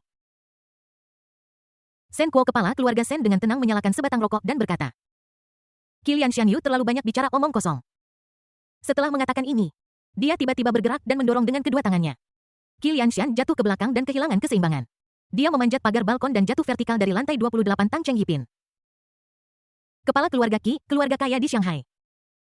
Berakhir dengan tergesa-gesa. Paman Kun menarik tangannya kembali dan berkata, Sen Kuo, mulai sekarang bisnis keluarga Qi akan diserahkan kepada keluarga Sen Anda. Terima kasih Paman Kun, dan terima kasih Nona Sen Kuo membungkuk. Paman Kun memberikan beberapa instruksi dan bersiap untuk membawa anak buahnya pergi. Sen Kuo berada di belakangnya dan tidak bisa menahan diri untuk bertanya. Paman Kun Hu adalah Master Qin yang baru saja Anda sebutkan. Mata Paman Kun melirik dan dia berkata dengan nada waspada dan bermartabat. Master Qin adalah seorang pertapi, jadi jangan bertanya tentang hal-hal yang seharusnya tidak Anda tanyakan. Sen Kuo tertegun sejenak, lalu tersenyum canggung dan tertawa. Oke, aku tidak akan bertanya, tapi nama keluarga kakak iparku juga Qin. Aku kira kau sedang membicarakan kakak iparku. Paman Kun berhenti sejenak melintas di depan Sen Kuo meraih kerahnya. Dan berkata dengan mata lebar, Sen Kuo, guru Qin telah memberi saya kehidupan baru. Jika kamu berani mengejek guru Qin lagi, jangan salahkan aku jika bersikap kasar padamu. Sen Kuo membuka tangannya dan berkata dengan gerakan menyerah. Saya mengerti, saya mengerti. Paman Kun meninggalkan Sen Kuo dan pergi. Sen Kuo berdiri di rumah mewah kelas 1 yang besar di kota Tang. Meluruskan pakaiannya dan meludah, sialan, orang yang paling kubenci dalam hidupku adalah Qin. Beberapa hari kemudian, Bandar Udara Internasional Los Santos, Amerika Serikat. Qi Feng bepergian ke beberapa negara. Akhirnya dia tiba di tujuan akhirnya, Los Santos. Begitu dia turun dari pesawat, Qi Feng pergi ke toko bandara untuk membeli kartu telepon baru. Tetapi ketika tiba waktunya untuk membayar, Qi Feng tertegun. Kartu kredit saya dibekukan. Akun Weixin dan Ji Fubao juga diblokir. Untungnya, saya masih memiliki kartu tabungan di tangan saya. Ada lebih dari 10 juta di sini. Tapi semua ini terjadi. Semua ini membuat Qi Feng merasa sedikit tidak nyaman. Dia benar-benar ingin menelepon ayah kandungnya, Qilian Xian. Tanyakan apa yang sedang terjadi. Tapi aku khawatir ponselku mungkin dilacak dan dilokasikan. Dalam keputusasaan, aku hanya bisa menyerah. Bandara Internasional Los Santos berjarak puluhan kilometer dari pusat kota. Setelah naik taksi, dia tiba di suatu daerah di pinggiran pusat kota. Tempat ini dulunya adalah wilayah imigran Korea dan dikenal sebagai Little Seoul. Namun kemudian, Hongmen secara kolektif melarikan diri dari Tiongkok dan datang ke Los Santos. Langsung musnahkan seluruh geng Korea di daerah itu. Little Seoul secara alami diganti namanya menjadi Little Kyoto. Little Kyoto memiliki aturan sendiri yang berbeda dari area lain. Bahkan penjaga keamanan Amerika datang ke sini untuk bekerja. Anda harus menyerahkan 2 batang rokok dengan sopan terlebih dahulu. Begitu Qi Feng tiba di lingkungan Kyoto kecil, dia ditatap oleh banyak pasang mata. Ada murid Hongmen yang diam-diam mengawasi seluruh blok. Qi Feng menyeret tubuhnya yang lelah ke sebuah bangunan bergaya Cina. Ada gerbang besi cor di ruang bawah tanah gedung. 2 pria kekar berdiri di depan pintu. Mereka menghentikan Qi Feng dan bertanya, apa yang sedang kamu lakukan? Qi Feng melirik pria besar itu dan perlahan berkata, bumi bergetar dan semua makhluk di Tiongkok lahir. Pria besar itu tertegun sejenak lalu melanjutkan dengan kode tersebut. Air pasang di Laut Cina Timur sedang naik dan air di sungai mengalir bersama ombak. Qi Feng mengangguk dan pria besar itu berbalik ke samping dan mengetuk pintu. Sebuah jendela kecil di ambang pintu terbuka dan sepasang mata mengintip dari dalam. Pria besar itu berkata, salah satu dari kita. Dengan desir jendela kecil itu tertutup. Pintu besi cor perlahan terbuka dari dalam. Qi Feng berjalan ke pintu dengan hati-hati. Berdiri di dalam adalah seorang pria parubaya setinggi sekitar 13 meter. Pria itu mengenakan pakaian tang dan menyilangkan tangannya di depan tubuhnya. Dia terlihat kurus tapi matanya sangat tajam. Tatapan dingin itu membuat Qi Feng merasakan hawa dingin di punggungnya. Dia dengan cepat membungkuk dan menyapa Tuan Gongjing. Bos sedang menunggumu di atas. Setelah mengatakan ini, pihak lain berbalik melangkah ke tangga kayu dan naik ke atas. Qi Feng mengikuti dengan langkah kecil. Rumah itu remang-remang dan memiliki tangga kayu. Setiap langkah mengeluarkan suara berderit. Qi Feng dibawa ke sebuah ruangan di sudut tenggara lantai 2. Gongjing mengetuk pintu dan berkata, bos, seseorang ada di sini. Biarkan dia masuk, sebuah balasan rendah dan agung datang dari dalam rumah. Gongjing perlahan mendorong pintu hingga terbuka. Qi Feng berjalan ke dalam rumah dengan kepala tertunduk. Tidak ada lampu listrik di ruangan seluas kurang dari 100 meter persegi ini. Tapi itu sangat terang, ada lilin menyala di dalam. Seorang pria tua dengan gaun panjang berdiri di ruangan itu. Dia sedang membersihkan lilin dari kandil. Orang ini tidak lain adalah pemimpin generasi ke-18 dari geng Hongmen. Song Yuanfeng. Bos, Song, Qi Feng berbisik. Song Yuanfeng meletakkan sekop kecil di tangannya dan perlahan berbalik. Wajah kurusnya dipenuhi kerutan yang dalam. Qi Feng diam-diam menarik napas dalam-dalam. Bergeser maju berlutut dan berkata, bos, Song Yu harus membalaskan dendam Tuan Xiao. Anda mengatakan di telepon sebelumnya bahwa Wan Nian dibunuh oleh seseorang. Yes, bos, nama pria itu adalah Qin Chuan. Dia sangat berbahaya dan licik. Dia sangat pandai berpura-pura menjadi babi dan memakan harimau. Tuan Xiao dibunuh olehnya karena dia ceroboh sesaat. Song Yuanfeng menyipitkan matanya sedikit, menatap Qi Feng di bawah kakinya. Dan berkata dengan ringan, di dunia seni bela diri, yang kuat memangsa yang lemah sejak zaman kuno. Dia telah berlatih keras selama bertahun-tahun, tetapi dia masih belum menembus level keempat. Dia membosankan dan memiliki bakat yang buruk. Dia pantas mati. Ketika Qi Feng mendengar ini, dia tertegun. Ada sesuatu yang salah dengan plot. Ketika pemimpin geng mengetahui bahwa bawahannya terbunuh, dia seharusnya tidak marah. Tapi Song Yuanfeng di depannya tampak tenang. Sepertinya tidak ada bedanya dengan semut yang mati di rumahmu. Bos sebelum Master Xiao dibunuh, dia dipermalukan dalam segala hal oleh anak bernama Qin itu. Qi Feng mencoba melebih-lebihkan. Jika Anda tidak seterampil orang lain, mengapa tidak mempermalukan mereka? Dia juga mengutuk orang-orang Hongmen karena tidak kompeten. Jika kutukan berhasil, Hongmen kita pasti sudah lama musnah oleh tipu daya verbal seseorang. Dia bilang dia akan berbaris ke Amerika Serikat dan memusnahkanmu. Kalau begitu ayo, aku akan menunggunya di sini. Qi Feng benar-benar kehilangan kata-kata. Aku meludah dalam hati. Pemimpin tua sialan dari klan Hongmen ini. Apakah dia tidak punya temperamen sama sekali? Song Yuanfeng menyalakan sebatang dupa dan membungkuk ke tablet. Kemudian masukkan dupa ke dalam pembakar dupa. Dia berbalik perlahan. Menatap Qi Feng di depannya dan berkata perlahan, Qi Feng. Setelah mengatakan begitu banyak, kamu hanya ingin meminjam tangan Hongmen kami untuk menyingkirkan duri di sisi Anda. Kan? Qi Feng tidak menjawab. Namun dalam hati, sialan orang tua ini tidak punya keahlian lain, tetapi dia terlalu banyak bicara. Hahaha, aku sudah tua sekarang, jadi wajar kalau aku bicara sedikit lebih banyak. Qi Feng terkejut. Dia menatap Song Yuanfeng dengan tidak percaya. Bagaimana orang tua ini bisa menebak apa yang sedang kupikirkan? Aku tidak menebak, tetapi kamu hanya mengucapkan apa yang ada di pikiranmu. Bagaimana ini mungkin? Semua yang terjadi barusan persis seperti apa yang aku pikirkan di dalam hatiku. Qi Feng tanpa sadar mengucapkan isi hatinya. Ketika dia bereaksi, tanpa sadar dia menutupi mulutnya. Detik berikutnya, Qi Feng merasakan otaknya mulai berputar. Seluruh dunia di depan matanya menjadi aneh. Seluruh ruangan, seperti kaleidoskop, mulai berputar. Song Yuanfeng yang tua dan lemah di depannya perlahan mulai memutar tubuhnya. Sebuah lubang hitam muncul dan menyedot semua yang ada di rumah itu ke dalamnya. Aku tidak tahu berapa banyak waktu berlalu. Qi Feng tiba-tiba terbangun dari lantai. Terengah-engah. Setelah beberapa saat, dia menemukan dirinya di ruang kerja modern yang didekorasi. Kamar ini didekorasi dengan nada putih. Atapnya penuh dengan lampu sorot dekoratif modern. Seluruh ruangan terang seperti siang hari. Di tengah ruangan, ada meja besar. Ada komputer Apple model terbaru di atas meja. Di belakang komputer duduk seorang. Qi Feng melihat lebih dekat dan menemukan bahwa itu adalah Song Yuanfeng. Kepalanya tiba-tiba berdengung. Saya ingat masa lalu. Dia telah bertemu dengan pemimpin geng Hongmen. Song Yuanfeng. Pihak lain bukanlah seorang pria tua tetapi seorang pria parubaya. Tapi kenapa ketika saya melihat Song Yuanfeng yang tua dan lemah tadi? Awalnya saya tidak merasa ada yang salah. Anda baru saja terkena teknik rahasia Hongmen. Dalam ilusi, Anda tanpa sadar akan mengungkapkan pikiran Anda yang paling jujur. Gong Jing menjelaskan. Qi Feng dengan cepat berlutut dan bersujud. Dia sudah lama mendengar bahwa di dalam Hongmen ada banyak teknik rahasia dan metodenya sangat aneh. Aku tidak berpikir ada yang salah sebelumnya, tapi aku mengalaminya hari ini. Ini trik yang sama yang digunakan oleh Ancient One di Dr. Strain. Ini seperti pisau yang menarik mata butit hingga terbuka. Qin Chuan Yu berani membunuh orang-orang Hongmenku. Aku tidak akan pernah membiarkannya pergi. Song Yuanfeng berkata dengan dingin. Dia tidak mengejar kekasaran Qi Feng sebelumnya dalam ilusi. Qi Feng sangat gembira. Betul-betul. Rasa ini tepat. Itulah rasanya. Bos, balas dendam itu wajar. Hongmen kita telah berdiri selama lebih dari 100 tahun. Dan kita tidak pernah diganggu oleh seorang anak kecil. Saya berencana untuk membiarkan 72 Livians di geng kita memasuki Tiongkok dan membunuh pencuri ini. Qi Feng mendengarkan. Berteriak 3 kali, pemimpin itu bijaksana. Song Yuanfeng berkata dengan susah payah, tapi untuk saat ini. Kirim 72 iblis duniawi ke China. Dia berhenti dan menatap Gong Jing yang berdiri di dekatnya. Pihak lain mengambil alih percakapan dengan lancar dan menghela nafas. Baru-baru ini, geng itu sibuk dengan banyak urusan dan dana terbatas. Tuan Qiu, lihat. Saat dia berbicara, Gong Jing menggosok jari-jarinya ke arah Qi Feng. Qi Feng berseru pada tindakan Gong Jing, orang macam apa? Hongmen sangat tidak tahu malu, saudara mereka sendiri terbunuh. Dan mereka keluar untuk membalas dendam dan meminta dana kegiatan kepada saya. Sialan, ini masih terlihat seperti geng terbesar di dunia. Qi Feng ragu sejenak, tetapi tetap mengeluarkan kartu bank dari sakunya dan berkata.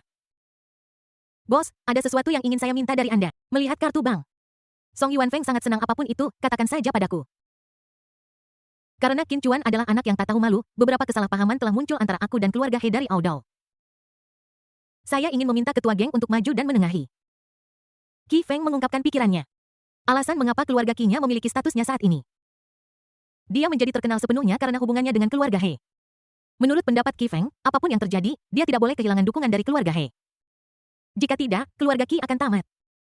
Itu hanya masalah kecil. Song Yuanfeng sedikit menyipitkan matanya. Itu hanya. Gong Jing yang berdiri di dekatnya segera menanggapi. Geng itu sibuk akhir-akhir ini dan memiliki dana terbatas. Tuan Qiu lihat. Qi Feng hampir muntah darah. Sial, ini belum berakhir kan? Selama pemimpin bersedia menjadi mediator. Keluarga Qi saya bersedia menyumbang 100 juta kepada Hongmen. Song Yuanfeng sangat senang dan berkata baik sekali. Baik sekali. Kemudian dia mengangkat telepon di atas meja. Buka aplikasi obrolan internasional. Telegraf. Saya menoleh ke kelompok bernama 72 Iblis Duniawi. Dia menekan tombol suara dan merekam pemberitahuan misi. Tugas membunuh Qin Chuan telah ditugaskan. Segera setelahnya. Song Yuanfeng add semua orang di grup. Untuk sementara waktu. 72 Iblis Duniawi Hongmeng menyembunyikan identitas mereka dan berlokasi di seluruh Amerika Serikat. Mereka semua mengeluarkan ponsel mereka dan memeriksa pesan. Ketika saya melihat beberapa pesan suara berdurasi 60 detik. Banyak dari 72 Iblis Duniawi tinggal di Bengbu. Ketua geng saya selalu suka mengirim pesan suara yang panjang. Tetapi bahasa Mandarinnya tidak bagus dan dia tidak dapat mengonversi teksnya. Banyak orang mendengarkan dengan sabar lalu mengetuk ponsel mereka untuk membalas. Menonton kata diterima memenuhi seluruh layar. Song Yuanfeng memeriksanya lagi dengan khawatir. Lihat apakah ada orang yang sudah membacanya tetapi belum membalas. Akhirnya dia tersenyum puas. Baiklah, 72 Iblis Duniawi semuanya telah merespons. Mereka akan segera berangkat ke Cina untuk membunuh Qin Chuan. Qi Feng sedikit khawatir dan mengingatkan kekuatan bos Qin Chuan tidak boleh diremehkan. Menurutku kekuatannya jauh di atas Master Xiao. Hahaha, apa kau pikir aku tidak tahu? Siapapun yang bisa membunuh 10.000 tahun pasti seorang ahli level 4. Namun, tidak peduli apakah dia berada di level awal level 4 atau puncak level 4. Tidak peduli seberapa kuat dia, 2 kepalan tangan tidak bisa mengalahkan 4 tangan. Selain itu, semua 72 iblis duniawi berada di tingkat ahli level 4. Mendengar ini, Qi Feng merasa sedikit sakit hati karena memberikan dana untuk kegiatan tersebut. Setelah hadiah ini, saya tidak akan punya 1 sen pun tersisa di saku saya. Jadi dia ingin sedikit menawar bos karena 72 iblis duniawi sangat berani. Mari kita berhemat dan kirim saja setengahnya. Song Yuanfeng mendengus dingin. Dalam pertempuran ini, membunuh anak sombong itu adalah hal sekunder. Yang utama adalah meluncurkan serangan balik Hongmen kita kembali ke China. Qi Feng merasa giginya gatal setelah mendengar ini. Rasanya seperti Anda memperlakukan diri sendiri sebagai ATM. Berikan kontribusi pada serangan balik Hongmen terhadap Tiongkok. Universitas Keuangan dan Ekonomi Kyoto. Menyelesaikan kelas ekonomi makro pagi ini. Tianxin berlari ke barisan terakhir dengan marah dan menghampiri Qin Chuan. Dia cemberut dan bertanya kepada Qin Chuan, mengapa kamu tidak mengajakku ketika kamu pergi ke Pulau Australia beberapa waktu lalu? Saya memutuskan untuk pergi ke Pulau Australia secara tiba-tiba dan tidak punya waktu untuk memberitahu Anda. Qin Chuan berkata dengan acuh tak acuh. Tidak apa-apa jika kamu tidak membawaku bersamamu. Tapi kenapa mereka bahkan tidak memberiku bagian dari souvenir ketika mereka kembali? Semua orang mendapat satu kecuali aku. Qin Chuan mengumpulkan buku-buku pelajaran di atas meja dan menjawab. Aku memang membawanya tetapi Wang Chong memakannya semua. Jika kamu ingin pergi cari Wang Chong. Tidak, aku tidak akan melakukannya. Aku tidak mau. Aku ingin menemukanmu, kata Tianxin dengan genit sambil menggoyangkan tubuhnya yang seksi. Qin Chuan berdiri dan merentangkan tangannya. Lalu aku akan menelepon Wang Chong dan memintanya untuk memberimu salinan. Wajah, kamu harus mengompensasiku dengan sesuatu yang lain. Apa yang kamu ingin? Qin Chuan bertanya tanpa mengangkat kepalanya. Tianxin memikirkannya dengan serius dan berkata, tolong traktir aku film. Tidak, saya ada janji dengan Suster Xiaoyan untuk menonton film hari ini. Qin Chuan mengenakan tas sekolahnya dan pergi. Tianxin menyusulnya dengan langkah kecil. Mengikuti di belakang Qin Chuan seperti pengikut kecil yang mengobrol tanpa henti. Kamu curang, kamu baru saja bilang akan setuju dengan apapun yang kuminta. Aku tidak bilang. Qin Chuan tidak memanjakannya dan terus menolak. Kamu punya. Qin Chuan terdiam. Dia mempercepat langkahnya, siap untuk menyingkirkan orang ini. Berbicara dengan seorang wanita lebih sulit daripada mengerjakan pekerjaan rumah. Melihat pendekatan keras tidak berhasil, Tianxin mencoba pendekatan lembut. Dia menarik lengan Qin Chuan dan menggoyangkannya di depan dadanya. Kalau begitu aku ingin menonton film dengan kalian. Qin Chuan berhenti. Menarik kembali lengannya yang hendak mendarat dengan lembut dan berkata. Pernahkah kamu melihat seseorang berkencan dengan bola lampu? Terutama bola lampu lawan jenis. Tianxin tidak langsung membantah. Tetapi benar-benar mulai memikirkannya dengan serius. Keduanya baru saja turun dari gedung pengajaran. Aku melihat deretan Porsche 718 Boxster merah di parkir horizontal di pintu masuk gedung pengajaran. Seorang anak laki-laki dengan rambut disisir ke belakang anting dan pakaian modis. Memegang buket mawar. Berjalan menuju Tianxin. Tianxin, apakah kamu senggang malam ini? Saya sudah memesan meja di restoran Blue Brick.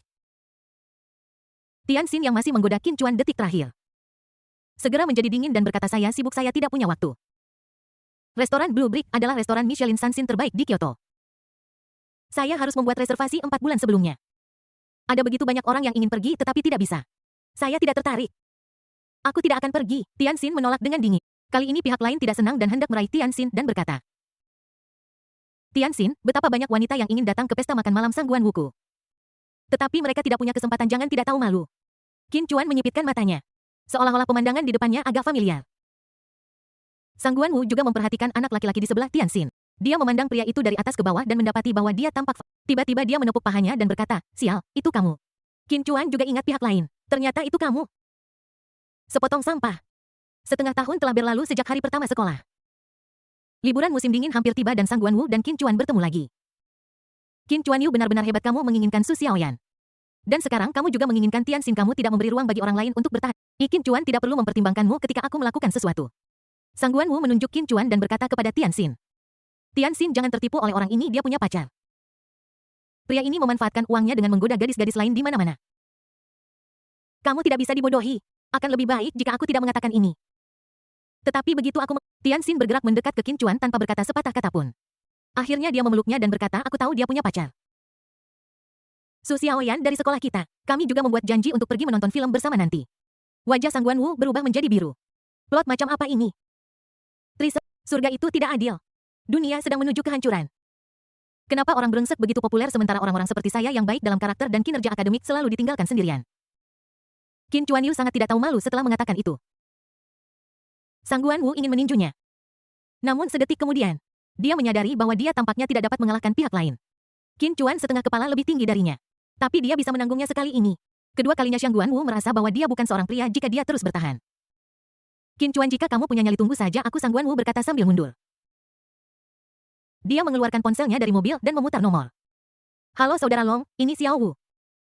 Saudara Long di ujung telepon sedang bermain kartu dengan sebatang rokok di mulutnya. Ketika dia mendengar suara Sang Guan Wu, dia berkata dengan tidak senang. Ada apa? Kapan sisa pembayaran perbaikan A8 akan ditransfer ke saya? Sang Guan Wu meludah diam-diam. Aku memintamu untuk memberi pelajaran kepada seseorang. Tetapi kamu malah menabrakkan mobilmu dengan keterampilan kerjamu. Kamu masih punya keberanian untuk meminta uang padaku. Saudara Long. Ini pesanan yang sama seperti terakhir kali, orang itu sangat gila sehingga dia tidak peduli dengan hidupnya. Kali ini, kamu harus membantuku memberinya pelajaran besar. Mendengar ini, Saudara Long perlahan meletakkan kartu di tangannya dan berkata, anak yang mana? Yang mengendarai Lamborghini? Iya. Itu dia. Ya ampun, orang ini menyebabkan A8 saya mengalami perombakan besar dan masih belum selesai. Saya masih memiliki pinjaman 800.000 yuan yang harus dilunasi. Di mana dia? Di sekolah. Oke, jemput dia dan bawa dia ke gerbang sekolah. Aku akan membawa orang-orang segera dan kali ini aku akan melakukannya sendiri. Oke, Saudara Long, Sang Guan Wu menanggapi dengan cepat. Setelah menutup telepon, Saudara Long melambaikan tangannya dan berkata, panggil semua saudara ke sini. Bersiap-siap dan mari kita pergi ke Kaida untuk jalan-jalan. Adik laki-laki di sebelahnya maju dan berkata, Long He hanya seorang siswa, apakah perlu membuat keributan sebesar ini? Saudara Long menamparnya dan berkata, kamu tahu omong kosong. Apakah kamu melihat mobil apa yang dikendarai pria itu terakhir kali? Lamborghini Reventon. Mobil mewah senilai 15 juta, apakah Anda tahu di mana dia tinggal? Rumah besar Kyoto Manora senilai 10 tujuan kecil kali ini. Aku tidak hanya akan memberi pelajaran pada anak itu, tetapi aku juga akan mengulitinya hidup-hidup. Adik laki-laki itu segera mengerti maksud Saudara Long. Saudara Long, jika kita mendapatkan pesanan ini, dia akan mendapat untung 18 juta. Saudara Long mendengus dingin, orang kaya seperti ini sangat takut mati. Kita hanya perlu membuat keributan yang lebih besar. Orang tuanya akan ketakutan kemudian harganya akan terserah kita. Ketika aku mendengar itu, aku mulai terkikik. Setelah menyelesaikan pesanan ini, aku bisa mengendarai Mercedes-Benz-ku kembali ke kampung halamanku saat tahun baru.